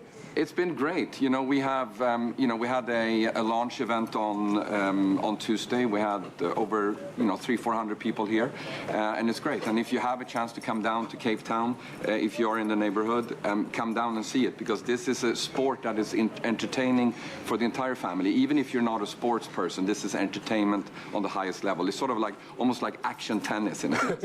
It's like tennis, squash combined, but a lot more fun to watch. No, definitely. I can agree with you. I had a chance to play a little bit, and you are immediately taken in. It's so much fun. And the fact that you can do it with a pair or a partner as well just makes it even better. But look, it's not just a sport. It's not just an African tournament. It's gone all the way to being recognized at the Olympics. 2028 is going to take place in Los Angeles.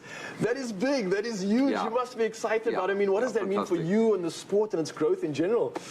What it means is basically that we can grow the sport even more. And in South Africa, I'm super excited, because when I came here a few years ago, I've never seen a continent or a country that is as active. Everyone plays some sort of a sport. So I think that we're going to see some great, South African athletes in the Olympics playing paddle. That's going to be cool. Yes, and maybe I can come through for a trial. What do you say? I hope so. Well, Mzansi, we're going to be back live right here in Camps Bay, celebrating this incredible tournament. It's APT, and it's happening in Camps Bay. A beautiful location at the foothills of Table Mountain. And of course, Philip, I can't thank you enough for having this and bringing this to our shores, man. And I hope you have a blessed tournament and enjoy the rest. And Mzansi, we'll see you later. Fantastic. Thank you.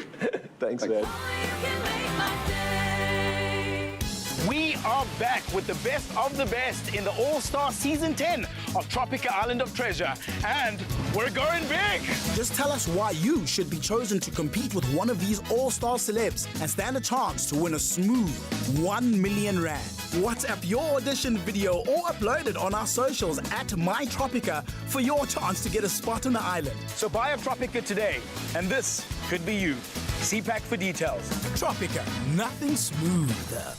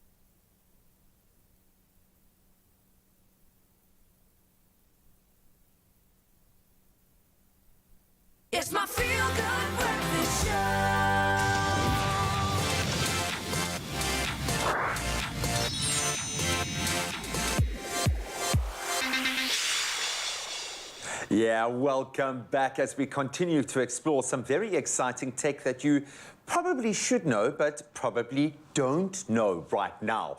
We are continuing the conversation around technology and innovation this World Creativity and Innovation Day, because we can all do with a little more innovation in our day-to-day. And we all use WhatsApp on the daily, but there is so much that WhatsApp can do that I bet you didn't know about. I certainly didn't know about any of these things. And Grant is here to run through a couple of tips and tricks that will definitely help you to make the most out of this platform.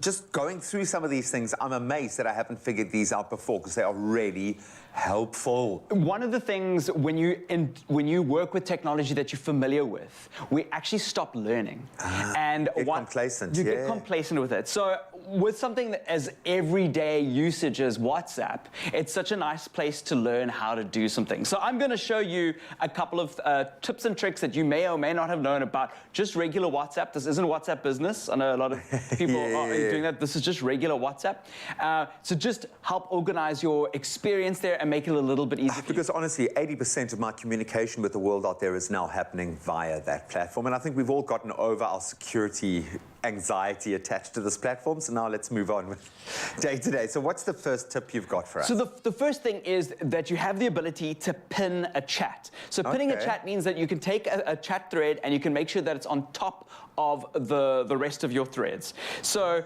on my WhatsApp over here, and I'm going to show you a little trick, those files and transfers chat, I'm going to show you that trick a little bit later. But I have a group chats that I've got pinned. As you can see, it's got a pin on the side. If you want to pin a chat, you hold a chat down, and then on the top of the screen, you'll see there's literally like a pin icon. And if you click that pin icon, it will then pin to the top. And then the chat will jump to the top of the screen. Oh, that's brilliant. Like with our wedding groups, I've got so many little wedding groups happening at the moment, some that only the guys can see, and then some for all of us, and then, you know, so it helps. It's going to help me so much. I love that. Yes, and simple and easy. The next one is something that I actually only learned recently. So you get WhatsApp for desktop, and they've been putting a lot of effort into making WhatsApp for desktop cool. If you download it and install it as opposed to using it through a browser like Chrome, you have the ability to make calls through it. So yeah, so if you've got a microphone and a headset with your computer, you can call people, like WhatsApp call people through your desktop, which is very nifty. That's phenomenal. So it's a great productivity thing. So sometimes I'm just working. Especially for you, because you're at your desktop for 80% and it makes WhatsApp way more valuable, because like if with a normal phone call you've got to pick up the phone and call, but now with WhatsApp desktop you can just like make the call while you're busy working on another document, or just like quickly like tap somebody that you're working with, going like, listen, I don't understand this. Can you quickly explain it to me? While I've got it open on my desktop. Talk me through it. I love that. Absolutely which is really cool. Brilliant. You can also have the ability to make a message unread. So, so this is something that, because I use the unread, you can see at the top of my chat screen here, it says 189 unread chats. It's my to-do list. So like if I need to get back to somebody, I need to do it. And sometimes you click on a chat and then you've read it. You would have seen it, but then you move on very quickly, especially if you've got ADHD like you and me, you move on very quickly with that. Very quickly. So what I do over here is like, here's Lucian's number. I'm just gonna hold this down. And in the top right-hand side of the screen, you'll see that there is a, like I call it a deelteken, the 3 dots. The deelteken, sure. There's a mark as unread. And then it will bring up a green dot for you so that you can still see. And does that incidentally remove a tick from the person who's sent you the message? No, I won't remove. You can't undo embarrassing moments with this. That's not what we're saying here. It doesn't give you a backdoor to do that. No. But it's more, as you say, to make sure that you stay on top of all of your communication. But you said you can do it with 3.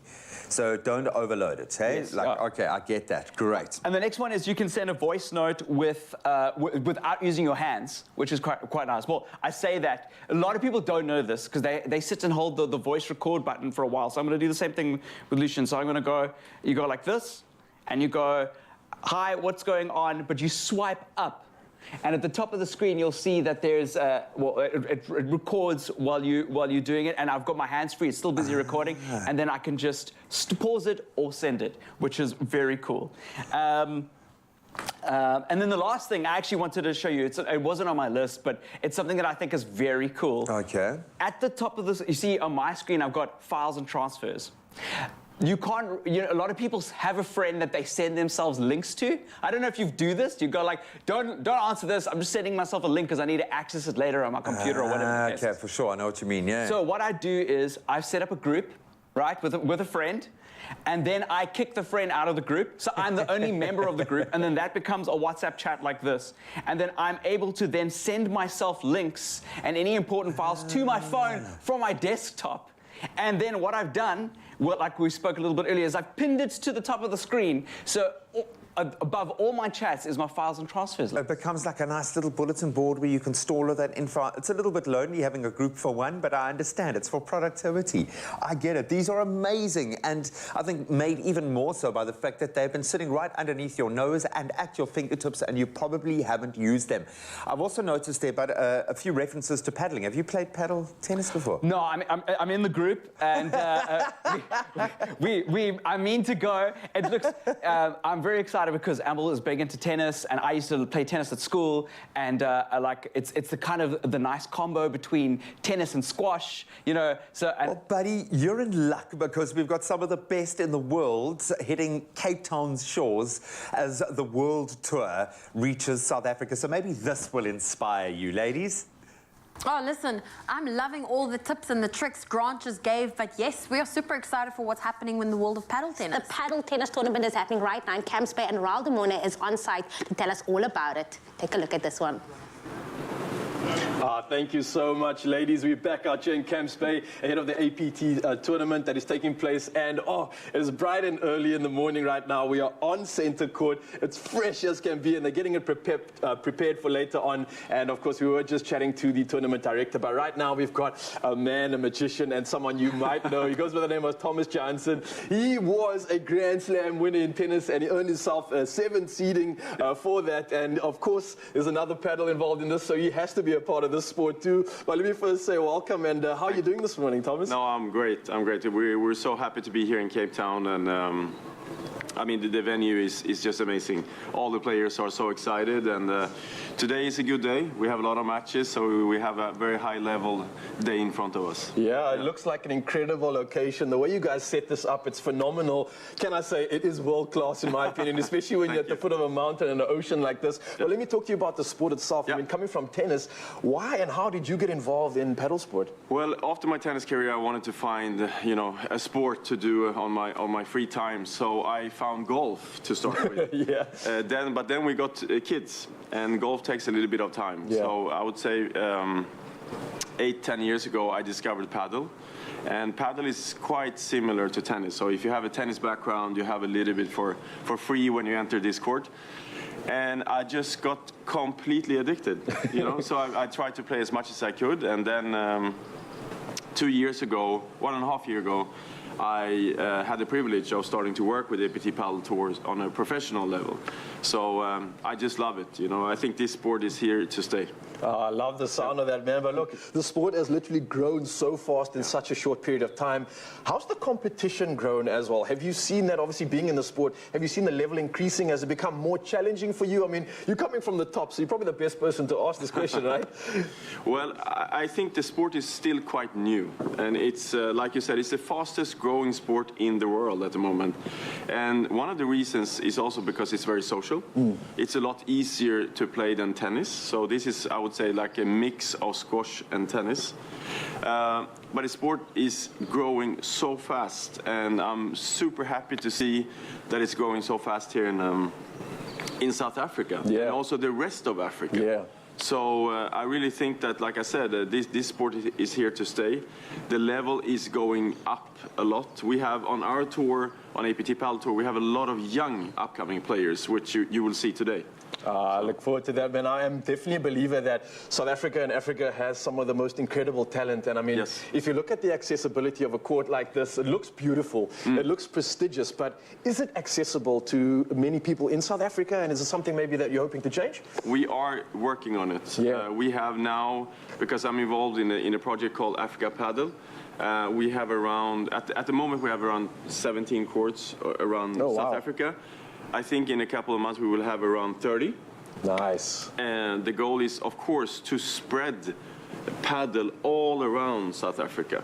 And that's what we're going to try to do, because this, what you see here is you call it a panoramic court, but you also have, you can build a court of concrete as well, so you don't need all the glass. Yeah. And this is something that we're also going to look into, you know, also for the kids to try it as well. I think Mzansi and all the kids that are listening right now are getting their paddle ready, because that makes them even more excited. But one thing that's even more exciting is the fact that this sport is now going to be included in the Olympics in 2028, taking place in Los Angeles. For a sport, for its developments, for its growth, what does that mean exactly? I mean, that is huge, right?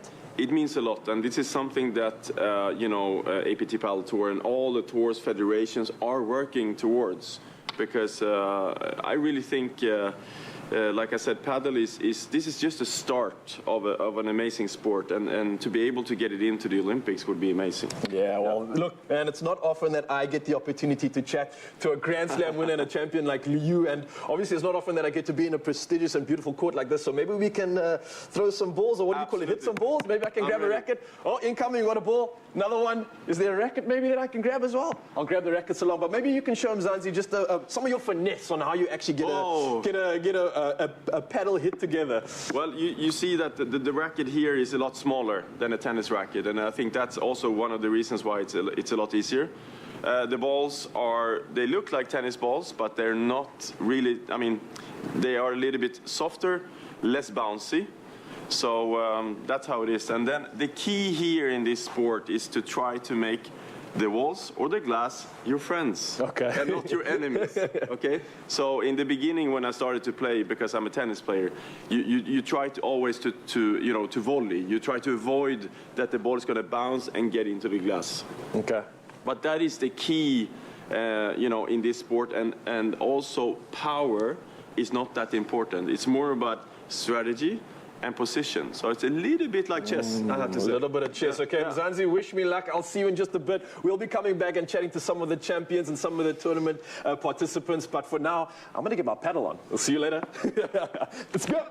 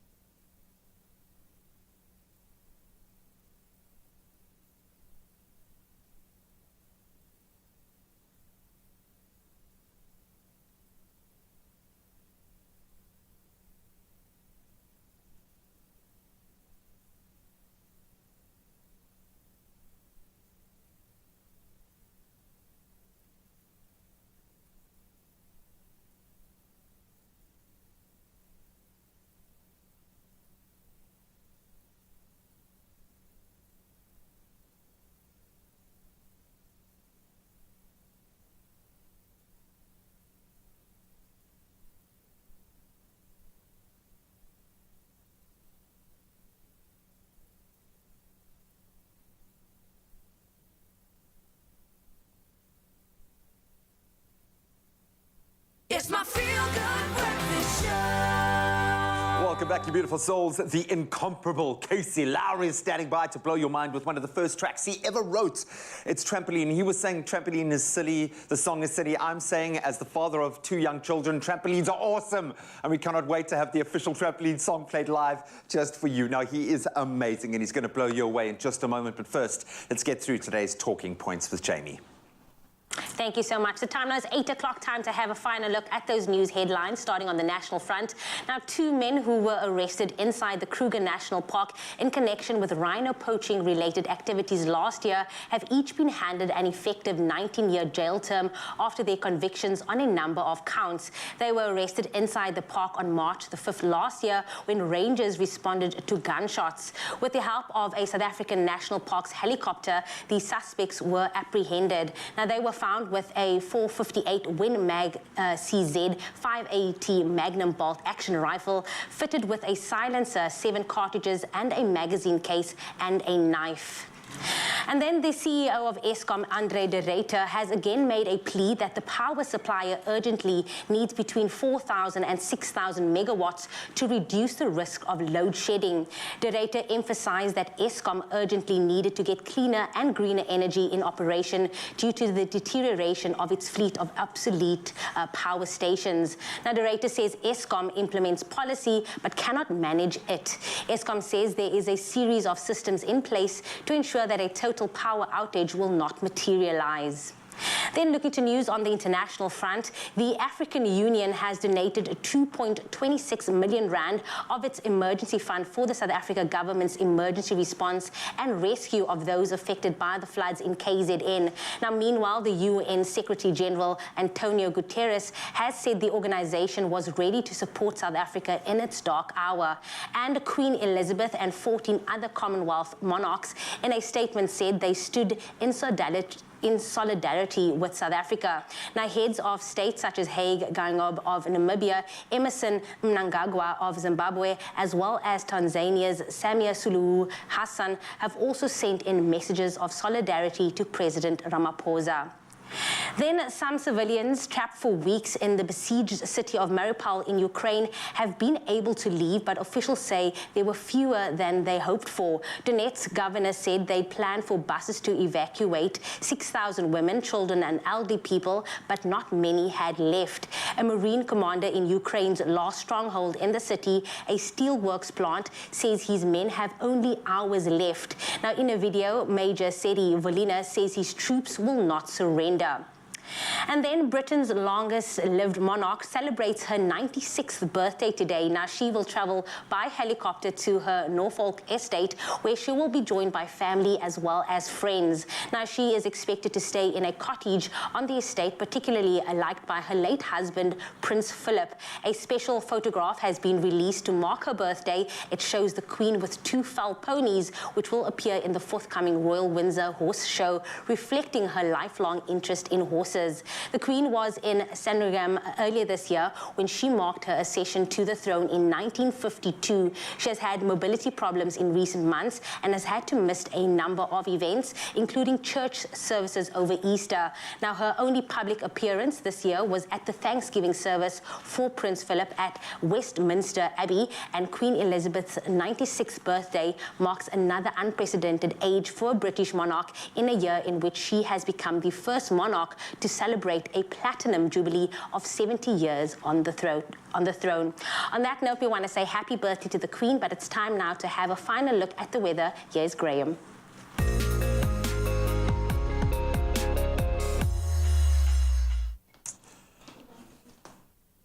Thank you so much, Jamie. Unfortunately, we start with some unsettling news from our northern neighbour, Kenya, and that's that wildlife authorities there have had to intervene to save wild animals affected by what has now been a prolonged drought in parks and other areas. So the Kenya Wildlife Service says it's been drilling boreholes and filling water pans after water sources, including seasonal rivers, have completely dried up now. And it's also been providing wild animals with food supplements such as hay in several parks. Veterinary doctors have been moving around the parks to identify sick and weak animals and render treatment, as well as to, in worst-case scenarios, conduct post-mortems on carcasses. For months now, wild animals have been dying and herders have been reporting many losses of livestock from the biting drought. In fact, the UN's World Food Programme said on Tuesday this week, parts of Ethiopia, Somalia and Kenya have been experiencing their driest season in some 40 years now. Now we move from weather news to some sunrise views as we recap some of the beautiful sunrise images that you guys have shared with us. And we kicked off our morning with Josephine Pickstone, who shared a beautiful view with us a little later in the day than we usually showcase, but we just couldn't resist sharing this wonderful view with you. Hopefully it inspired you as well. Then regular sunrise contributor Gary Oakham shared this beautiful view on behalf of his niece Casey Young, who took this stunning pic at Hamburg, which is about 30 minutes out of East London. And that was this this past Easter weekend. Beautiful composition there. Then Rukaya Shaburin shared this fresh morning shot, showing off a glow in the sky as the day begins. Then Heidi Witt-Douglas from Tropica, she captured this stunning silhouetted shot as the sky transitions from dark hues of blues to warm yellows and oranges. What a way to greet the day. Thank you so much for all of those contributions. Well, let's see what the temperatures have in store for you today. And starting in Polokwane, your low 12 going up to 21 with a 42% chance of rain today. On Mbombela, 16 and 25 degrees, your range for the day. Pretoria, your low 12 going up to 23. Chilly start in Johannesburg, 11 going up to a moderate 22. In Mahikeng, you're ranging between 11 and 23 degrees today. In Klerksdorp, your low 8 degrees going up to a high of 24. Kimberley, 12 and 25. Bloemfontein, your low 7 degrees going up to 24. Richards Bay, 18, your low going up to 27 degrees. Pietermaritzburg, ranging between 14 and 28. Durban, 18 and 26 degrees. Mthatha, things heating up a little bit. 13, your low going up to a max of 30. East London, 18, your low going up to 30 as well. Similarly, in Cradock, you start on 10, but going up to a max of 30. Gqeberha, 16, your low going up to 26 degrees. George, 13 and 23, your range. In the Mother City, 15 is your low going up to 22 degrees. Worcester, a hot day expected. 13 is where you kick off, going up to 32 degrees. Sutherland, sunny day ahead. 11 degrees, your low going up to 24 degrees. And Uppington ranging between 14 and 29 degrees with 1% chance of rain. So it's going to be a beautiful sunny day. But as we always say, wherever you find yourself, regardless of the weather, make sure it's a beautiful day.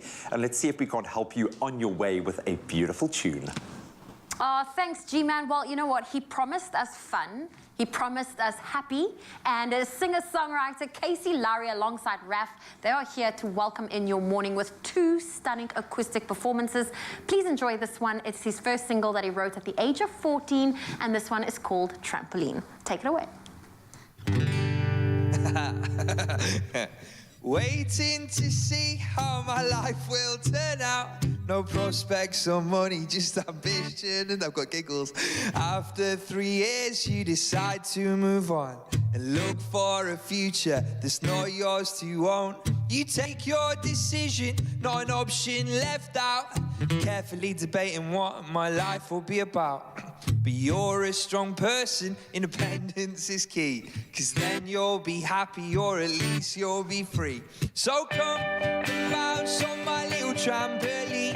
We might make a curry and we might make some tea. We'll spend the night together, just you and me, holding on to something that we thought was real. So come and bounce on my little trampoline. We might make a curry and we might make some tea. We'll spend the night together, just you and me, holding on to something.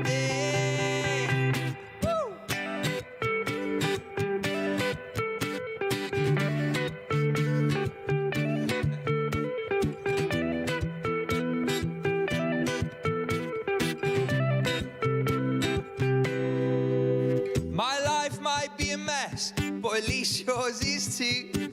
Maybe together that wouldn't be so true. It just takes a little bit of time, you see, to figure something out and to nurture nature's trees. After getting in, we could have gotten started, learn to cut, to paint, to live until you broke my heart, and never see the part of us that rhymes forever through. Relentless intervention from our troubles into you. So come and bounce on my little trampoline. We might make a curry and we might make some tea. We'll spend the night together, just you and me, holding on to something that we thought was real. So come and bounce on my little trampoline.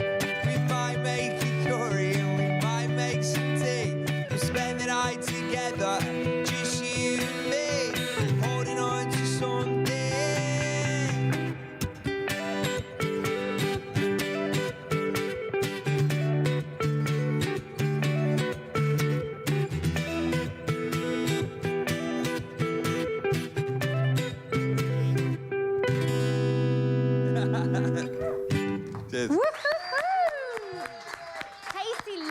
your feel-good breakfast show. You were amazing. That was a fun song. I see what you mean. You like happy and fun. Yeah. I know you're going on tour with Neon Dreams, Yeah. and if people want to get a hold of the tour dates, is it Yeah. available on your social media? Yeah, all over my social media. Casey Lowry Music. There we go. Do make sure you follow him. He's on TikTok, he's on Instagram, Casey Lowry Music, and all of the tour dates are there. They are kicking their tour off this evening at the Barnyard in Cape Town. Good luck with that, but you've got one more performance for us, right? Yeah. Okay, well, stay tuned. We've got more fun on its way.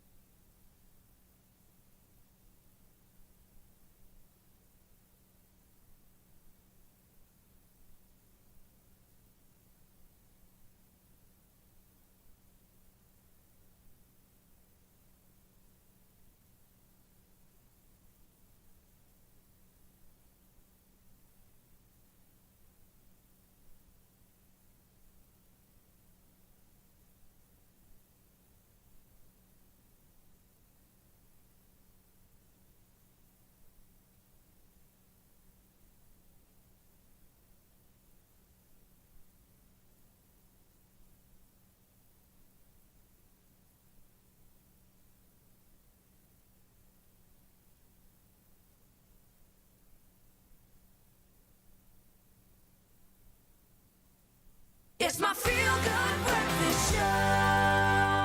Welcome back. It is your Feel Good Breakfast Show, Expresso on S3, and it really has been a fantastic show so far. Lots of fun and lots of excitement. Yeah, a little bit of everything, lots of excitement around the ATP Tour hitting South African shores. Let's find out a little bit more.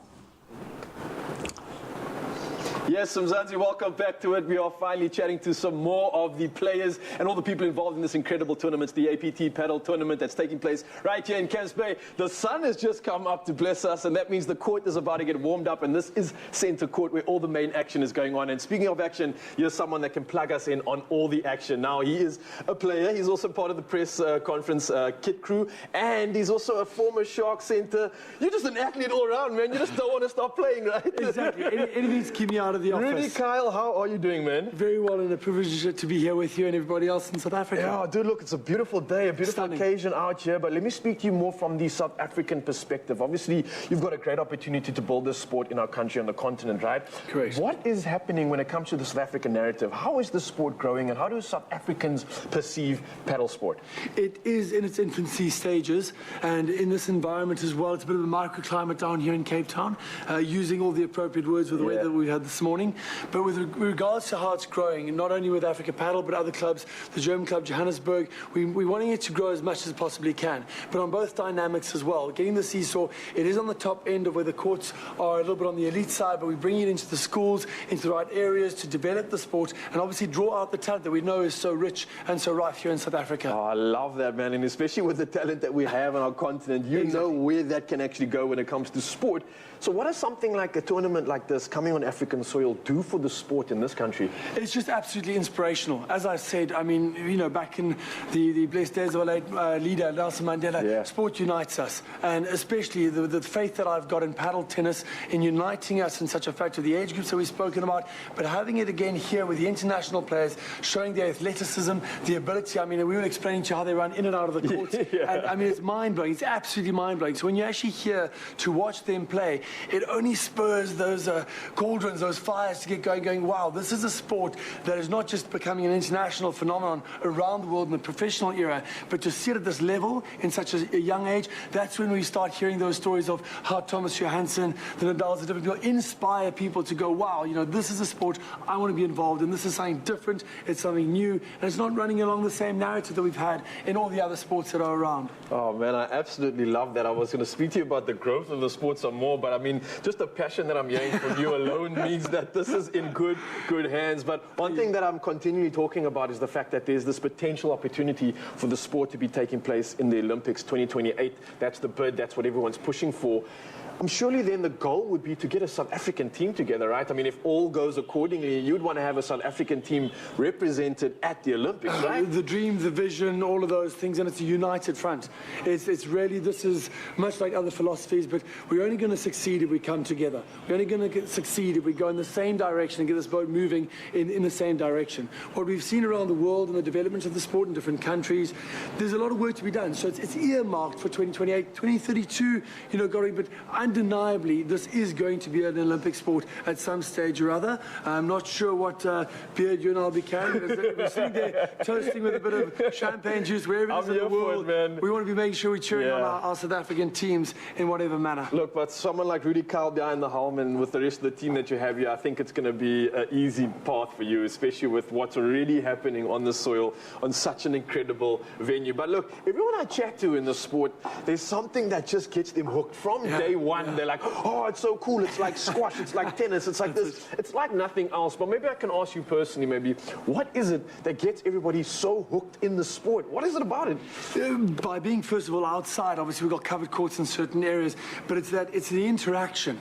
And I think this is something that adults lack in today's world, is gamesmanship. Yeah. We've lost a bit of our cheek. Yeah. We've lost a bit of our sort of feistiness. And as we said here in the competition, we had a 50-year-old, a 20-year-old, and a 90-year-old all playing on the same court for the same trophy. This is such a diverse sport. Ladies, I'm very, very proud to say, I've been beaten by so many ladies. And ultimately, it's just so great because it has that diversity in the social side of it.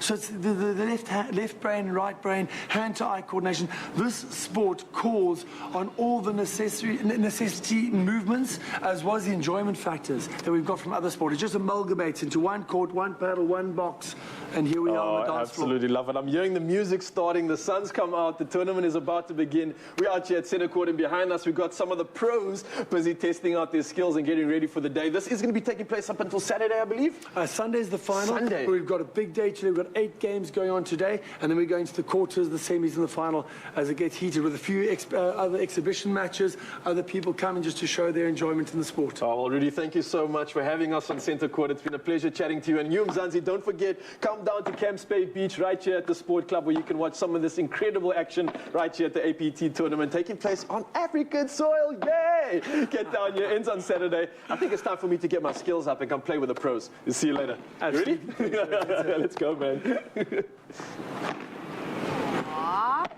Aww. Can someone please tell Ralph that we miss him here in studio? But of course, after all of that activity outside, it's time to make something sweet in the kitchen. So, we've had classic fashion from Timby, classic cars, thanks Chad, and we've seen classic hairstyles. And you, Michael? Classic! A classic range from Clover. Timeless taste. Made with love by Clover.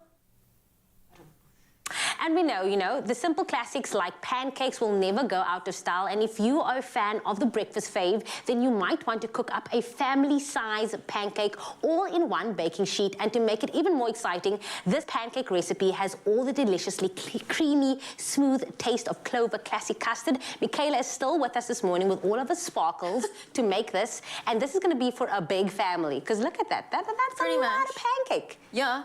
And the best part about this recipe, you don't get that ugly first pancake. You know the first one's always like really rubbish. Yeah, you don't get that problem here. Because everything's going to be perfect from start to finish, right? And it's like a perfect cake. You just want to eat it like the whole day. The whole day. That's what we're doing. Whole day. Yeah. We're eating pancakes for breakfast, lunch, dinner, snack in between. How do we start this recipe? I'm going to start the blueberry sauce that we put on top first. A compote. Is it what is it? 100%. Yeah. Well done. Okay. My watching of cooking shows has finally paid off. So proud of you. Once you can use a hand mixer, it's like game over. We're getting there, okay? Baby steps, baby steps. So what was in the pan? You had some blueberries? And maple syrup. Maple syrup. You just want to reduce it until it's a little bit thicker in consistency. Got it. Then all of this was laid out for you because it's quite a throw it all together kind of recipe. So you could mix the dry ingredients together for me. So we have some sugar. Am I putting it in this bowl? 100%. In this one? Yes. Or just in here? So just chuck it all in there. Okay, so some and I'm going to do the wet gives you energy. On the side. Sugar. Oh, it got a bit caked in there. Yeah. Okay, so break your eggs. Some salt is going in. Golden salt, yes. What else? Then we have some bicarb. Bicarb. Baking powder. Baking powder, so just a pinch of baking powder. 2.5 cups of flour. Thank you. And that's I just added some butter, some vanilla essence. And then we have 1 cup of buttermilk, which will give it that soft consistency that we want. And then we also have a cup of our classic Clover vanilla flavored custard. Which, to be honest, you could eat as is. I mean, listen, I warm that in a mug and I just have it in front of the TV and I'm living my best life. I don't even warm it up. Do you not? No. No, you have to warm it up. Why? So, Malva pudding. Oh. Warm or cold? Warm or cold, though? Malva pudding warm, custard cold. And just this week I thought we could be friends. Okay, pickled fish warm or cold? Excuse me, we were friends already. Pickled fish warm or cold? Cold. Cold. Okay, good answer. Wait, I didn't mix it. Okay, let's do this. Nice. Okay. Woo! Yeah. Thank you. Hey, best friend. Okay, so the dry ingredients goes into the wet ingredients and we're using a whisk. The hand whisk. A lefty whisk. Here we go. No, it's fine. It's fine. Just don't break it, please. This is the last one. They said no more budget for you and Raul. Between you and Raul, you're always breaking our whisk. It's because we're so buff. There we go. So I'm just going to take this because... Don't move that. Okay. Mix it all together. Of course, we have used our Clover Classic Custard, which is versatile to be used with desserts for its sweet, creamy and deliciousness that can be enjoyed on its own. Like I said, if you just want to warm it up in a mug, it's perfect for that. But it's also the perfect treat to enjoy and spoil your family, especially for this pancake recipe. They are going to love it. The kids are going to love it. Everyone is going to love it, whether warm or cold. I'll take this away from you. Do you know how good this batter smells? It just smells like custard. Smells like custard, yay! Smells like custard. All in one baking pan. 100%. And you would have wanted to preheat your oven to 180 degrees. Okay. I probably should have added a little bit more custard, but I like cake, clearly. So this is my vibe. And I mean, you can add it on top as well. So like if you don't feel like afterwards. If you don't feel like you have enough custard in the recipe, just pop it on the top as a dollop. Bob is your uncle. Bake it at 180 degrees Celsius for about 10 to 15 minutes. If you want it a little bit more golden brown, give it a little bit more time. You could also put your grill on for like 2 minutes. Just give it a nice crusty. Yeah. And then you put our compote on top. Yes. Add a bit of that classic custard. We can't do that right now, don't burn it. But what you can do for us is head on over to expressoshow.com to get the full recipe. Now, if you are wanting to celebrate your everyday occasions with Clover Classic and stand the chance to win your share of 50,000 Rand in prizes, then all you have to do to enter is buy any Clover Classic product, maybe the one that we're using today, and WhatsApp the till slip of your purchase to 074 909 0000. And of course, those T's and C's can be found on clover.co.za. But if you missed out on any of those steps, here is a quick recap just for you.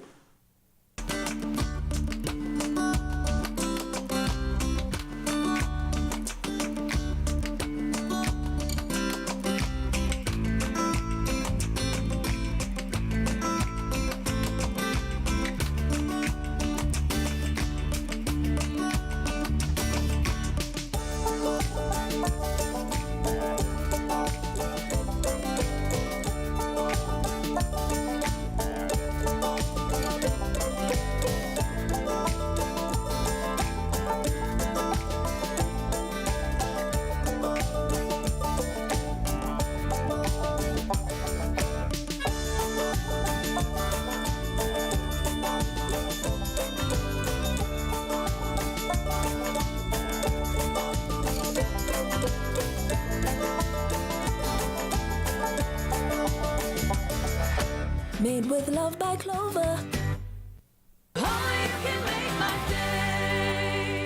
It's time to bake more memories with Royal Baking Powder on the new season of the Tastemaster SA, starting soon on SABC2. Our overall winner will take home 50,000 Rand cash. Plus, contestants can win 50,000 Rands worth of kitchen appliances. To enter, visit thetastemaster.co.za. Share a video about yourself and why you love baking, and show us something you've baked with tried and trusted Royal Baking Powder. Entries close Saturday, 30th April. T's and C's apply.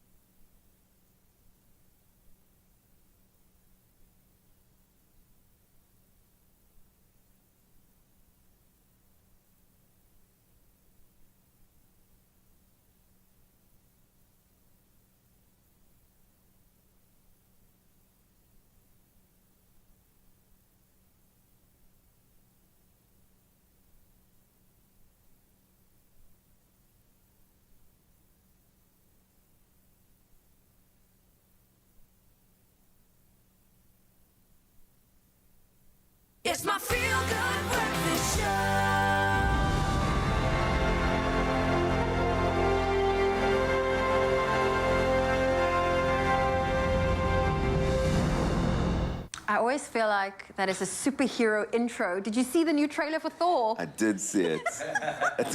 I don't think I'm quite Chris Hemsworth level yet. Oh, well, listen, Ethan Stone has the hair for it, but you know what? We're now focusing on why he is here, because now more than ever, South Africans need entrepreneurs. I mean, but starting a business, it requires a lot of work, and I think that's where we need all of the help we can get.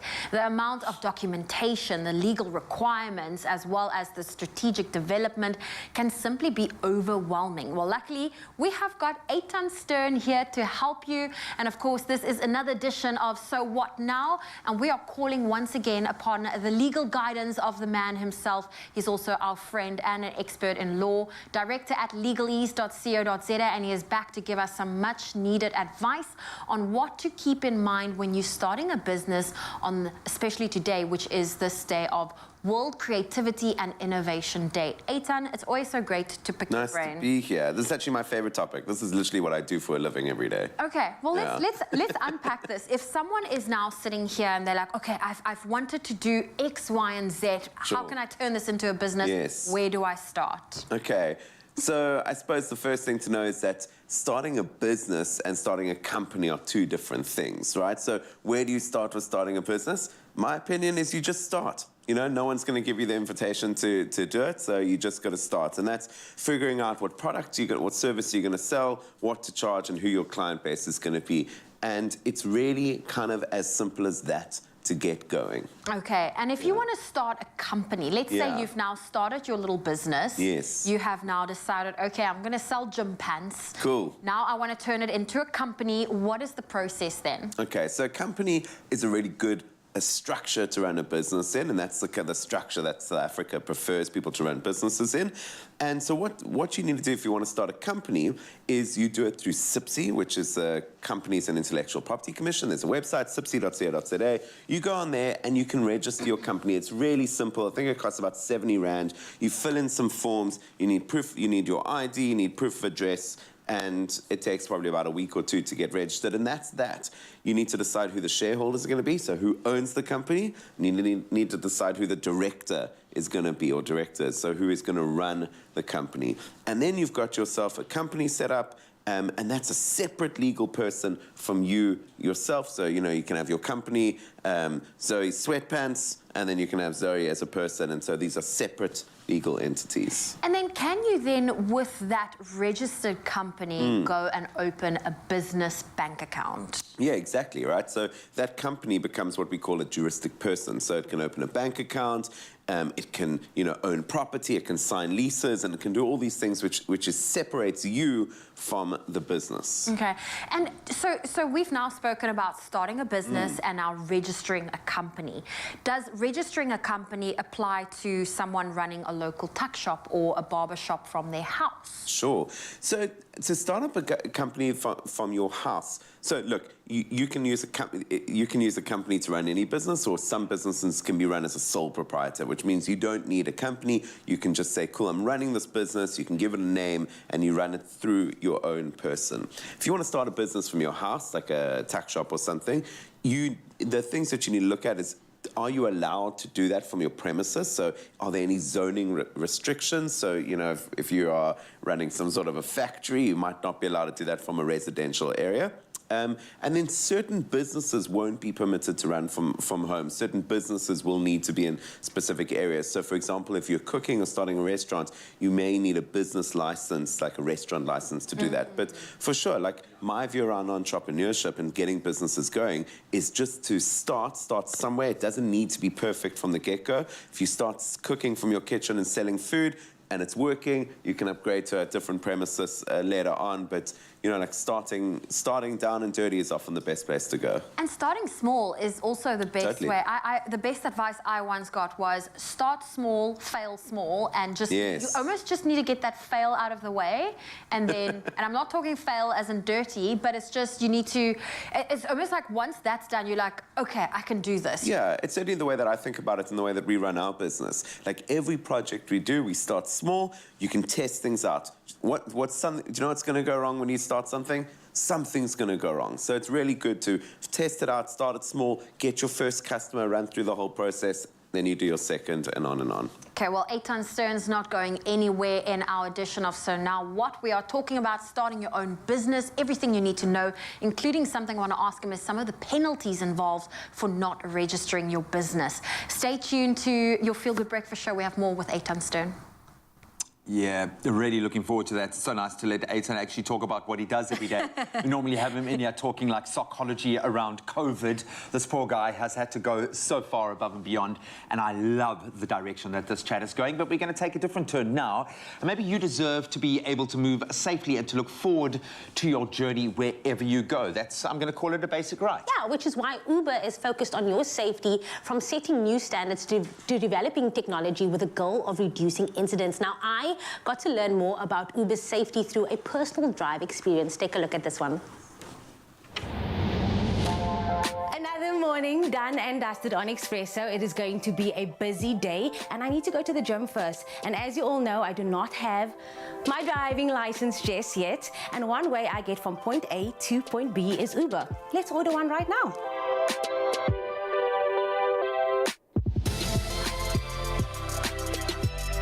And there you are. Let's go. So one thing I like to do while I wait is always make sure that the person driving as well as the car and registration matches the one on profile. And also, don't forget your mask. Hi, Jamie. I'm Mutoto. Hi, Mutoto. I'll get in.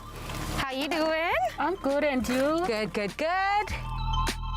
One thing I always do is share my location with someone I love. I think it just makes me feel a bit more safe, and also they know where I'm going to and where I'm coming from. There are two types of passengers. One that sits back, relaxes and enjoy the trips. And then you get me that asks all of the questions. And one thing I've always wanted to find out is, how did you become an Uber driver? If you download the app and you upload everything on online. So normally they want a South African license with a PDP, a police clearance, my picture. That's all. Why did you decide to become an Uber driver, and what do you love the most about being one? I love being an Uber driver because I choose how to work, what time to start, what time to end, and it also gives me opportunity to go to different places and to meet people from all walks of life. Was there ever a time where you felt, you know, a bit of pressure because you're a female driver in a very male-dominating industry and space? Was that ever pressure on you? Yes, at first I used to feel pressure, but I don't feel it anymore because I don't see any difference between men and a woman. At the end of the day, we're all drivers. And when you do feel unsafe, what do you do? Normally when a rider requests, I check the rating first. And also I follow my instincts. So normally if I don't feel safe, I'll just cancel the ride. And the best part is that you also have Uber support. So if at any time you're feeling unsafe, you can always go back to the company and lay a complaint with them, right?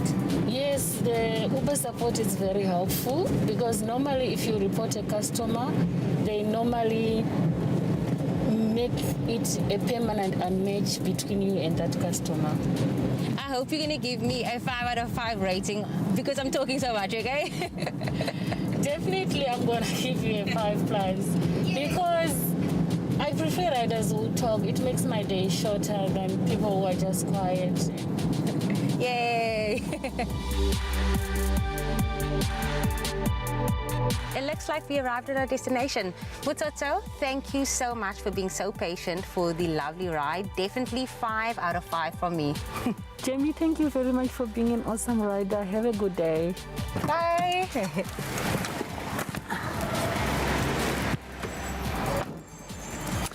And because of Uber, I'm safe at point B. It's time to hit the gym and put in the work.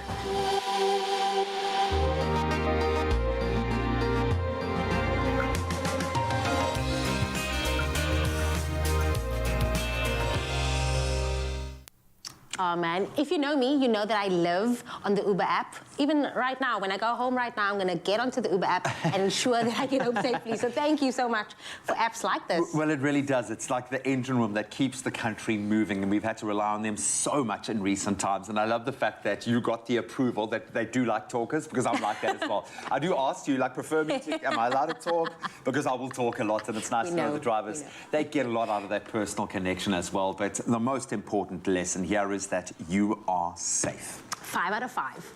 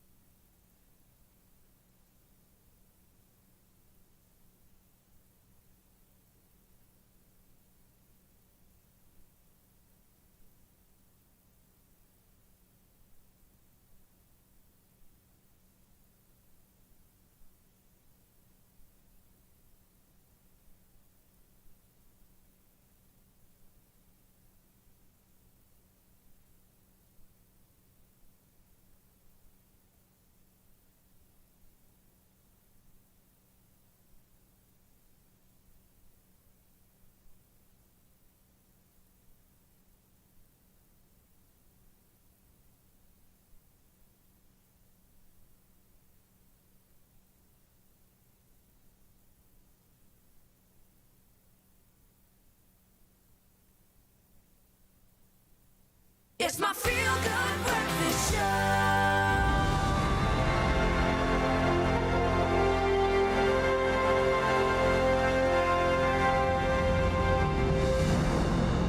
I always feel like I need to start the segment in a superpower pose. Eitan Stern is here, and we are continuing our earlier discussion around starting your own business and the legalities around it.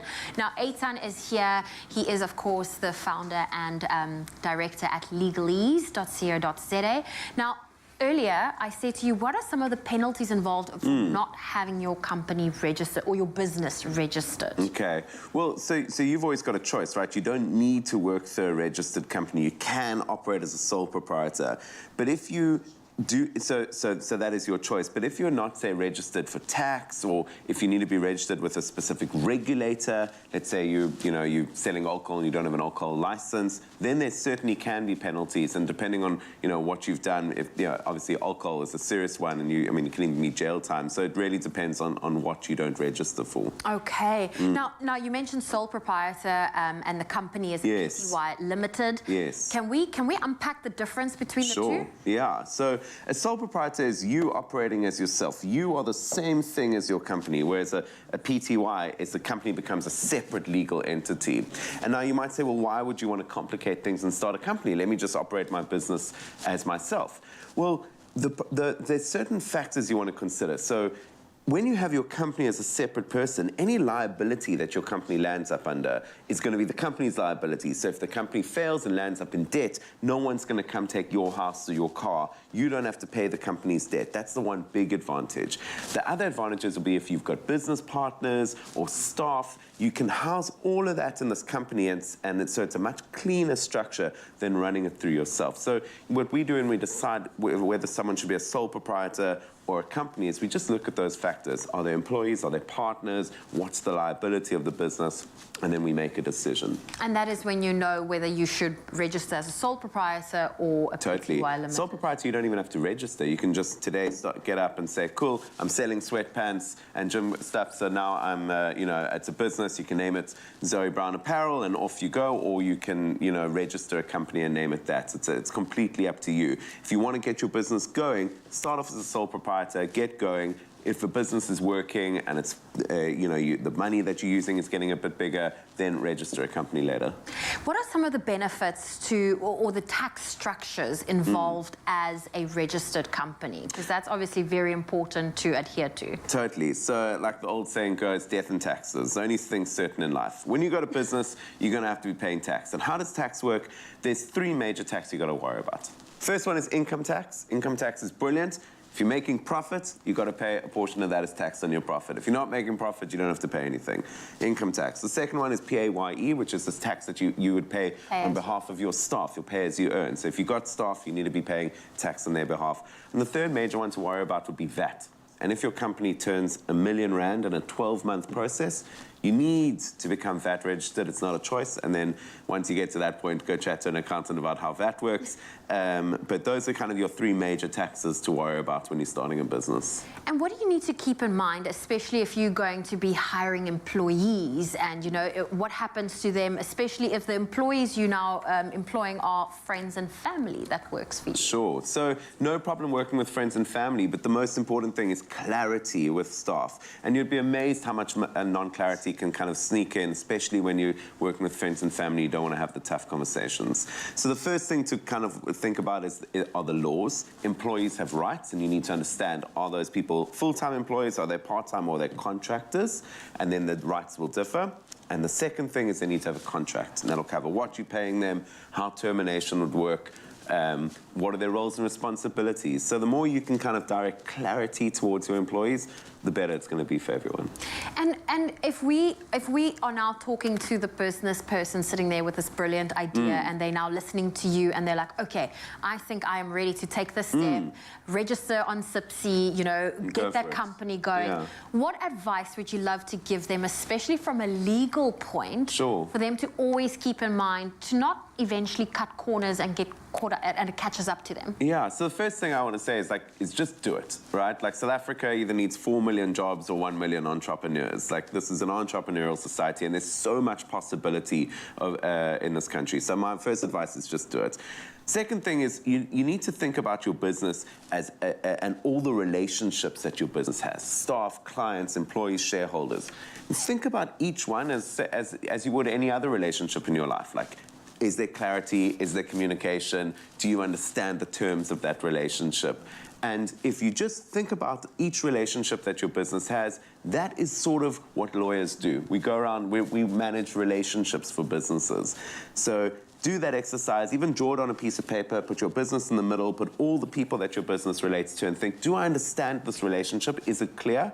And if you go through that and you're ticking each one off, yes, I understand it, it's clear, everyone knows what's going on, you should be legally safe going forward. Oh, amazing. Well, Eitan Stern, it's always so great to pick your brain and hear your thoughts on this.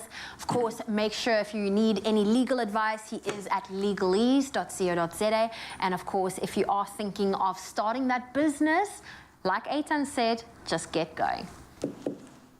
Well, from a little business incubator over there, we're going to turn to financial literacy. And I think something that is so vitally important for all of us. Boy, hasn't the last 2 years got us thinking more about our long-term financial health. And now step in a brand new tool to do that. Nedbank has now launched a napkin solution in partnership with a US-based company called Napkin Finance, and it's exclusive to Nedbank South Africa. Now, the napkin concept takes principles within finance that are quite difficult to understand and simplifies them so that we can act on that knowledge.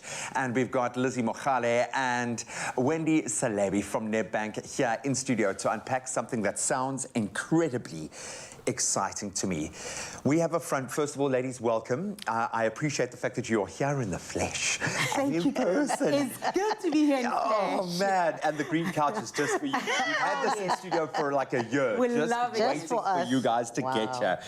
I love any conversation around financial literacy because I don't care where you are in your own kind of trajectory, you always need help. And I think for a lot of people struggling with financial pressures at the moment, sometimes dealing with the banking world can be a difficult thing because you just don't understand the concept. So maybe let's start with the problem that has inspired the solution. What problems have been identified from a South African perspective when it comes to financial management? And I don't know who wants to start. I'll take that one. So we conducted some research, and from insights that we gather on the ground as we are doing financial education, we picked up that South Africans, especially post-COVID, as you've said, would like to be more money smart about how they handle their finances. And the research that we did told us that, you know, there are 3 top money tensions that South Africans are dealing with. And the first one is reducing debt. The second one is saving and investing. And the third one is really applying prudence to your personal budget, which then contributes positively to how you manage your household budget. So as money experts who do good, you know, we believe that money well managed, you know, helps people really make good financial decisions. We embarked on this journey around the napkins. And we need it now. The country needs it now. It's almost like we've reached critical mass where we've got to take this seriously. And I love the fact that as an organization, you've gone beyond a great marketing message and a drive to bring in new clients, but that you are helping to help people in the most critical phase of their financial management. So what are the objectives of the napkin solution? What is the napkin solution? So basically, Graham, a napkin is a simplified concept that's depicted visually. So we take a complicated financial concept, we depict it visually, we show the visually to say, what are the principles behind it? Just think of it as money foundations. Love that. If you really think about it, most of us, we'll talk about compound interest, but if someone asks you explain compound interest, you are unable to explain it. And that's what the napkins are doing. They'll use it in a simple, easy manner that a person can understand it. And in this napkin, we'll explain the concept and also give you some tips. Let's take, for example, we talk about credit health. We'll speak to you, say you need to get a credit report. This is the importance of a credit report. This is where you can get a credit report. And also, this is how you can create a good credit report in just a small napkin. So with simple, crisp, clear and straight to the point to make sure that we simplify this complicated concepts. But then it becomes practical, and practical then inspires action. Because I think we hear about these things. I've interviewed so many financial advisors, and I feel like we're only talking to the 5% who get it, not the 95% who need it, who need that information. I would imagine this journey has thrown some really interesting insights along the way. What have been some of those major insights, and how are the markets responding to this? Are we seeing a shift in the status quo? So 80% of South Africans are saying they want power back in their hands. And that's what we have done with the napkins, to say, well, simplify it. Once you have engaged with a napkin, you have the ability to do something immediately. So that's what so if you look at one of our napkins, the goals-led savings napkin, it quickly puts, all your savings into short, medium, and long term, and links the products that can support those goals. And then it tells you where to access the information on the Nedbank Money app. And once you've engaged it, you can actually, at that point, go on the Money app and act on it. And that's giving power back to our clients to say you can do it yourself. Because the products are there. Yes. I mean, I've explored this on the most treacherous financial journey over these. Our industry was decimated by COVID. So all of us, our relationship with the bank changed quite dramatically. And I think what I've loved about being a Nedbank client is the fact that I can always have a person to talk to. But in those moments where I need the technology to back it up, where I need the product to be able to achieve it, it's there, and chances are it's sitting a thumbprint away on my Nedbank app. How do people access these napkins and get the most out of them? Graham, we're exploring different ways, right? The first thing is you can get it on our app. If you're already a Nedbank client, you can get it on our app. If you're not a Nedbank client, you can go to the Nedbank website, nedbank.co.za. You'll find it there. And we also are going to have it on our learning platform, which we call Money Edge, where you can also get it. We're also starting to explore around USSD, MMS-based solutions, some videos, because we want you to sit with your child and be able to talk to your child about the napkin. We want girls at school to sit and someone says, I need money for lunch, or I need to get a savings. Someone say, oh, let's napkin it. This is how you can do it. So we wanted to trigger conversation and make this money engagement simple, clear and visually engaging as what most of our clients have told us to say. We need something that's visual, something memorable, something you can snack on. It's a foundation that then you start building around.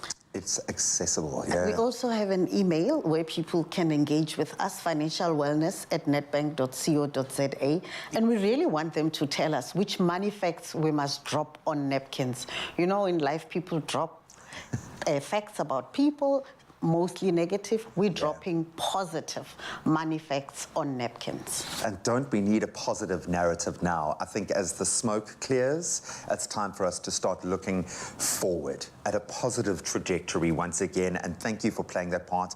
Every time I sit down with you guys, whether it's virtual or actually in person, I'm always struck by how much it matters to you. So thank you so much for having your heart and soul in this. As a Nedbank client, I really do appreciate it. Thank you so much to Lizzie and Wendy for joining us this morning and sharing this insightful management solution with us. A reminder that you can all access Nedbank Financial Education napkins in a few days on moneyedge.co.za, but we'll keep all of those details up on all of our platforms. Go and find out how you can change your own financial narrative today. Don't change your lifestyle too much when you get a raise. Do you want a bank that takes your money or a bank that takes your money choices seriously? Join Nedbank today.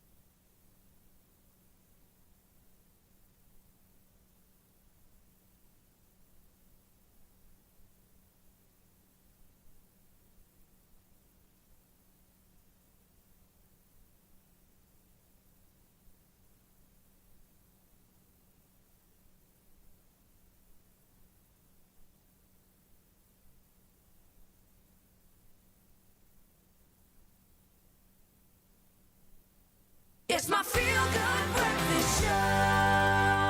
Welcome back. Lowry is on stage for the last time this morning, and he'll be performing his final single called Blank Face. Take it away. I know that my accent is strong. We should just try and learn it. We've been waiting too long, impatiently yearning. And I know I could waste your time. 'Cause soon as I give up, you'll be on my mind. But I can't wait for us to see what's going on in your head, so I can be there too.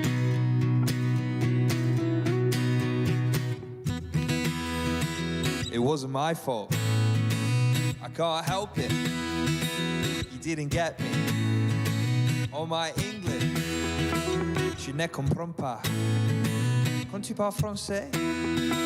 And you just sat there, blank face.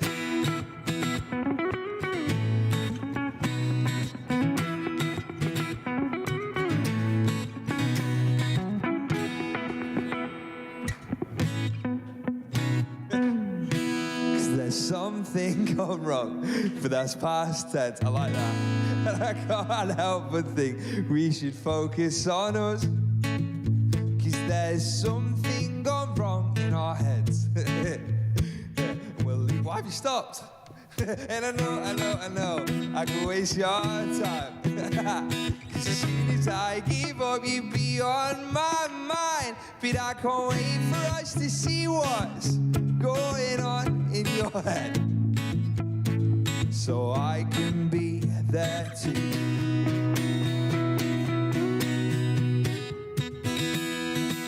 It wasn't my fault.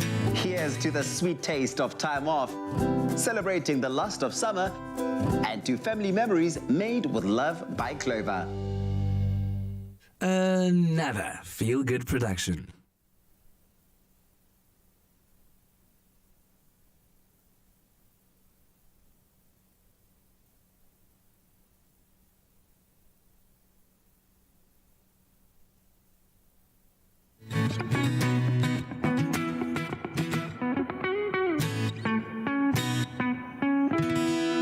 Cheers.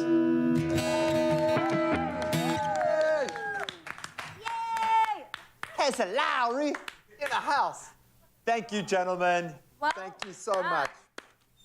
Oh.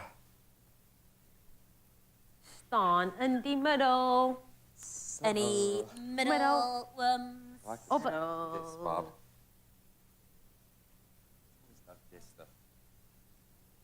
You also guess. No, I'm not. I think I'm Levi.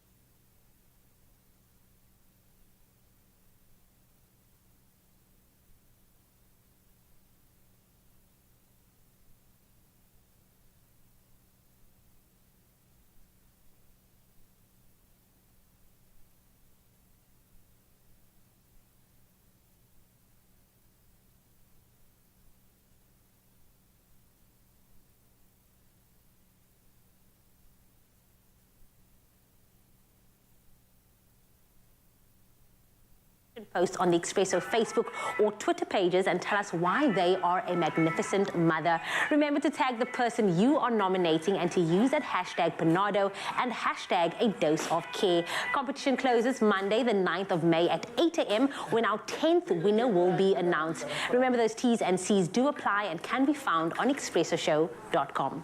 Yeah, we'll get there. Ah, falling. Quietness! Stand by. 4, 3, 2. We are celebrating Mother's Day with Panado. Join Expresso weekday mornings to stand a chance of winning 2,500 Rand per day until Monday, the 9th of May. Now, nominate a phenomenal mother by replying to the competition post on the Expresso Facebook or Twitter pages and tell us why they are a magnificent mother. Remember to tag the person you are nominating and to use the hashtag Panado and hashtag a dose of care. The competition closes on the 9th of May. Let's do that again.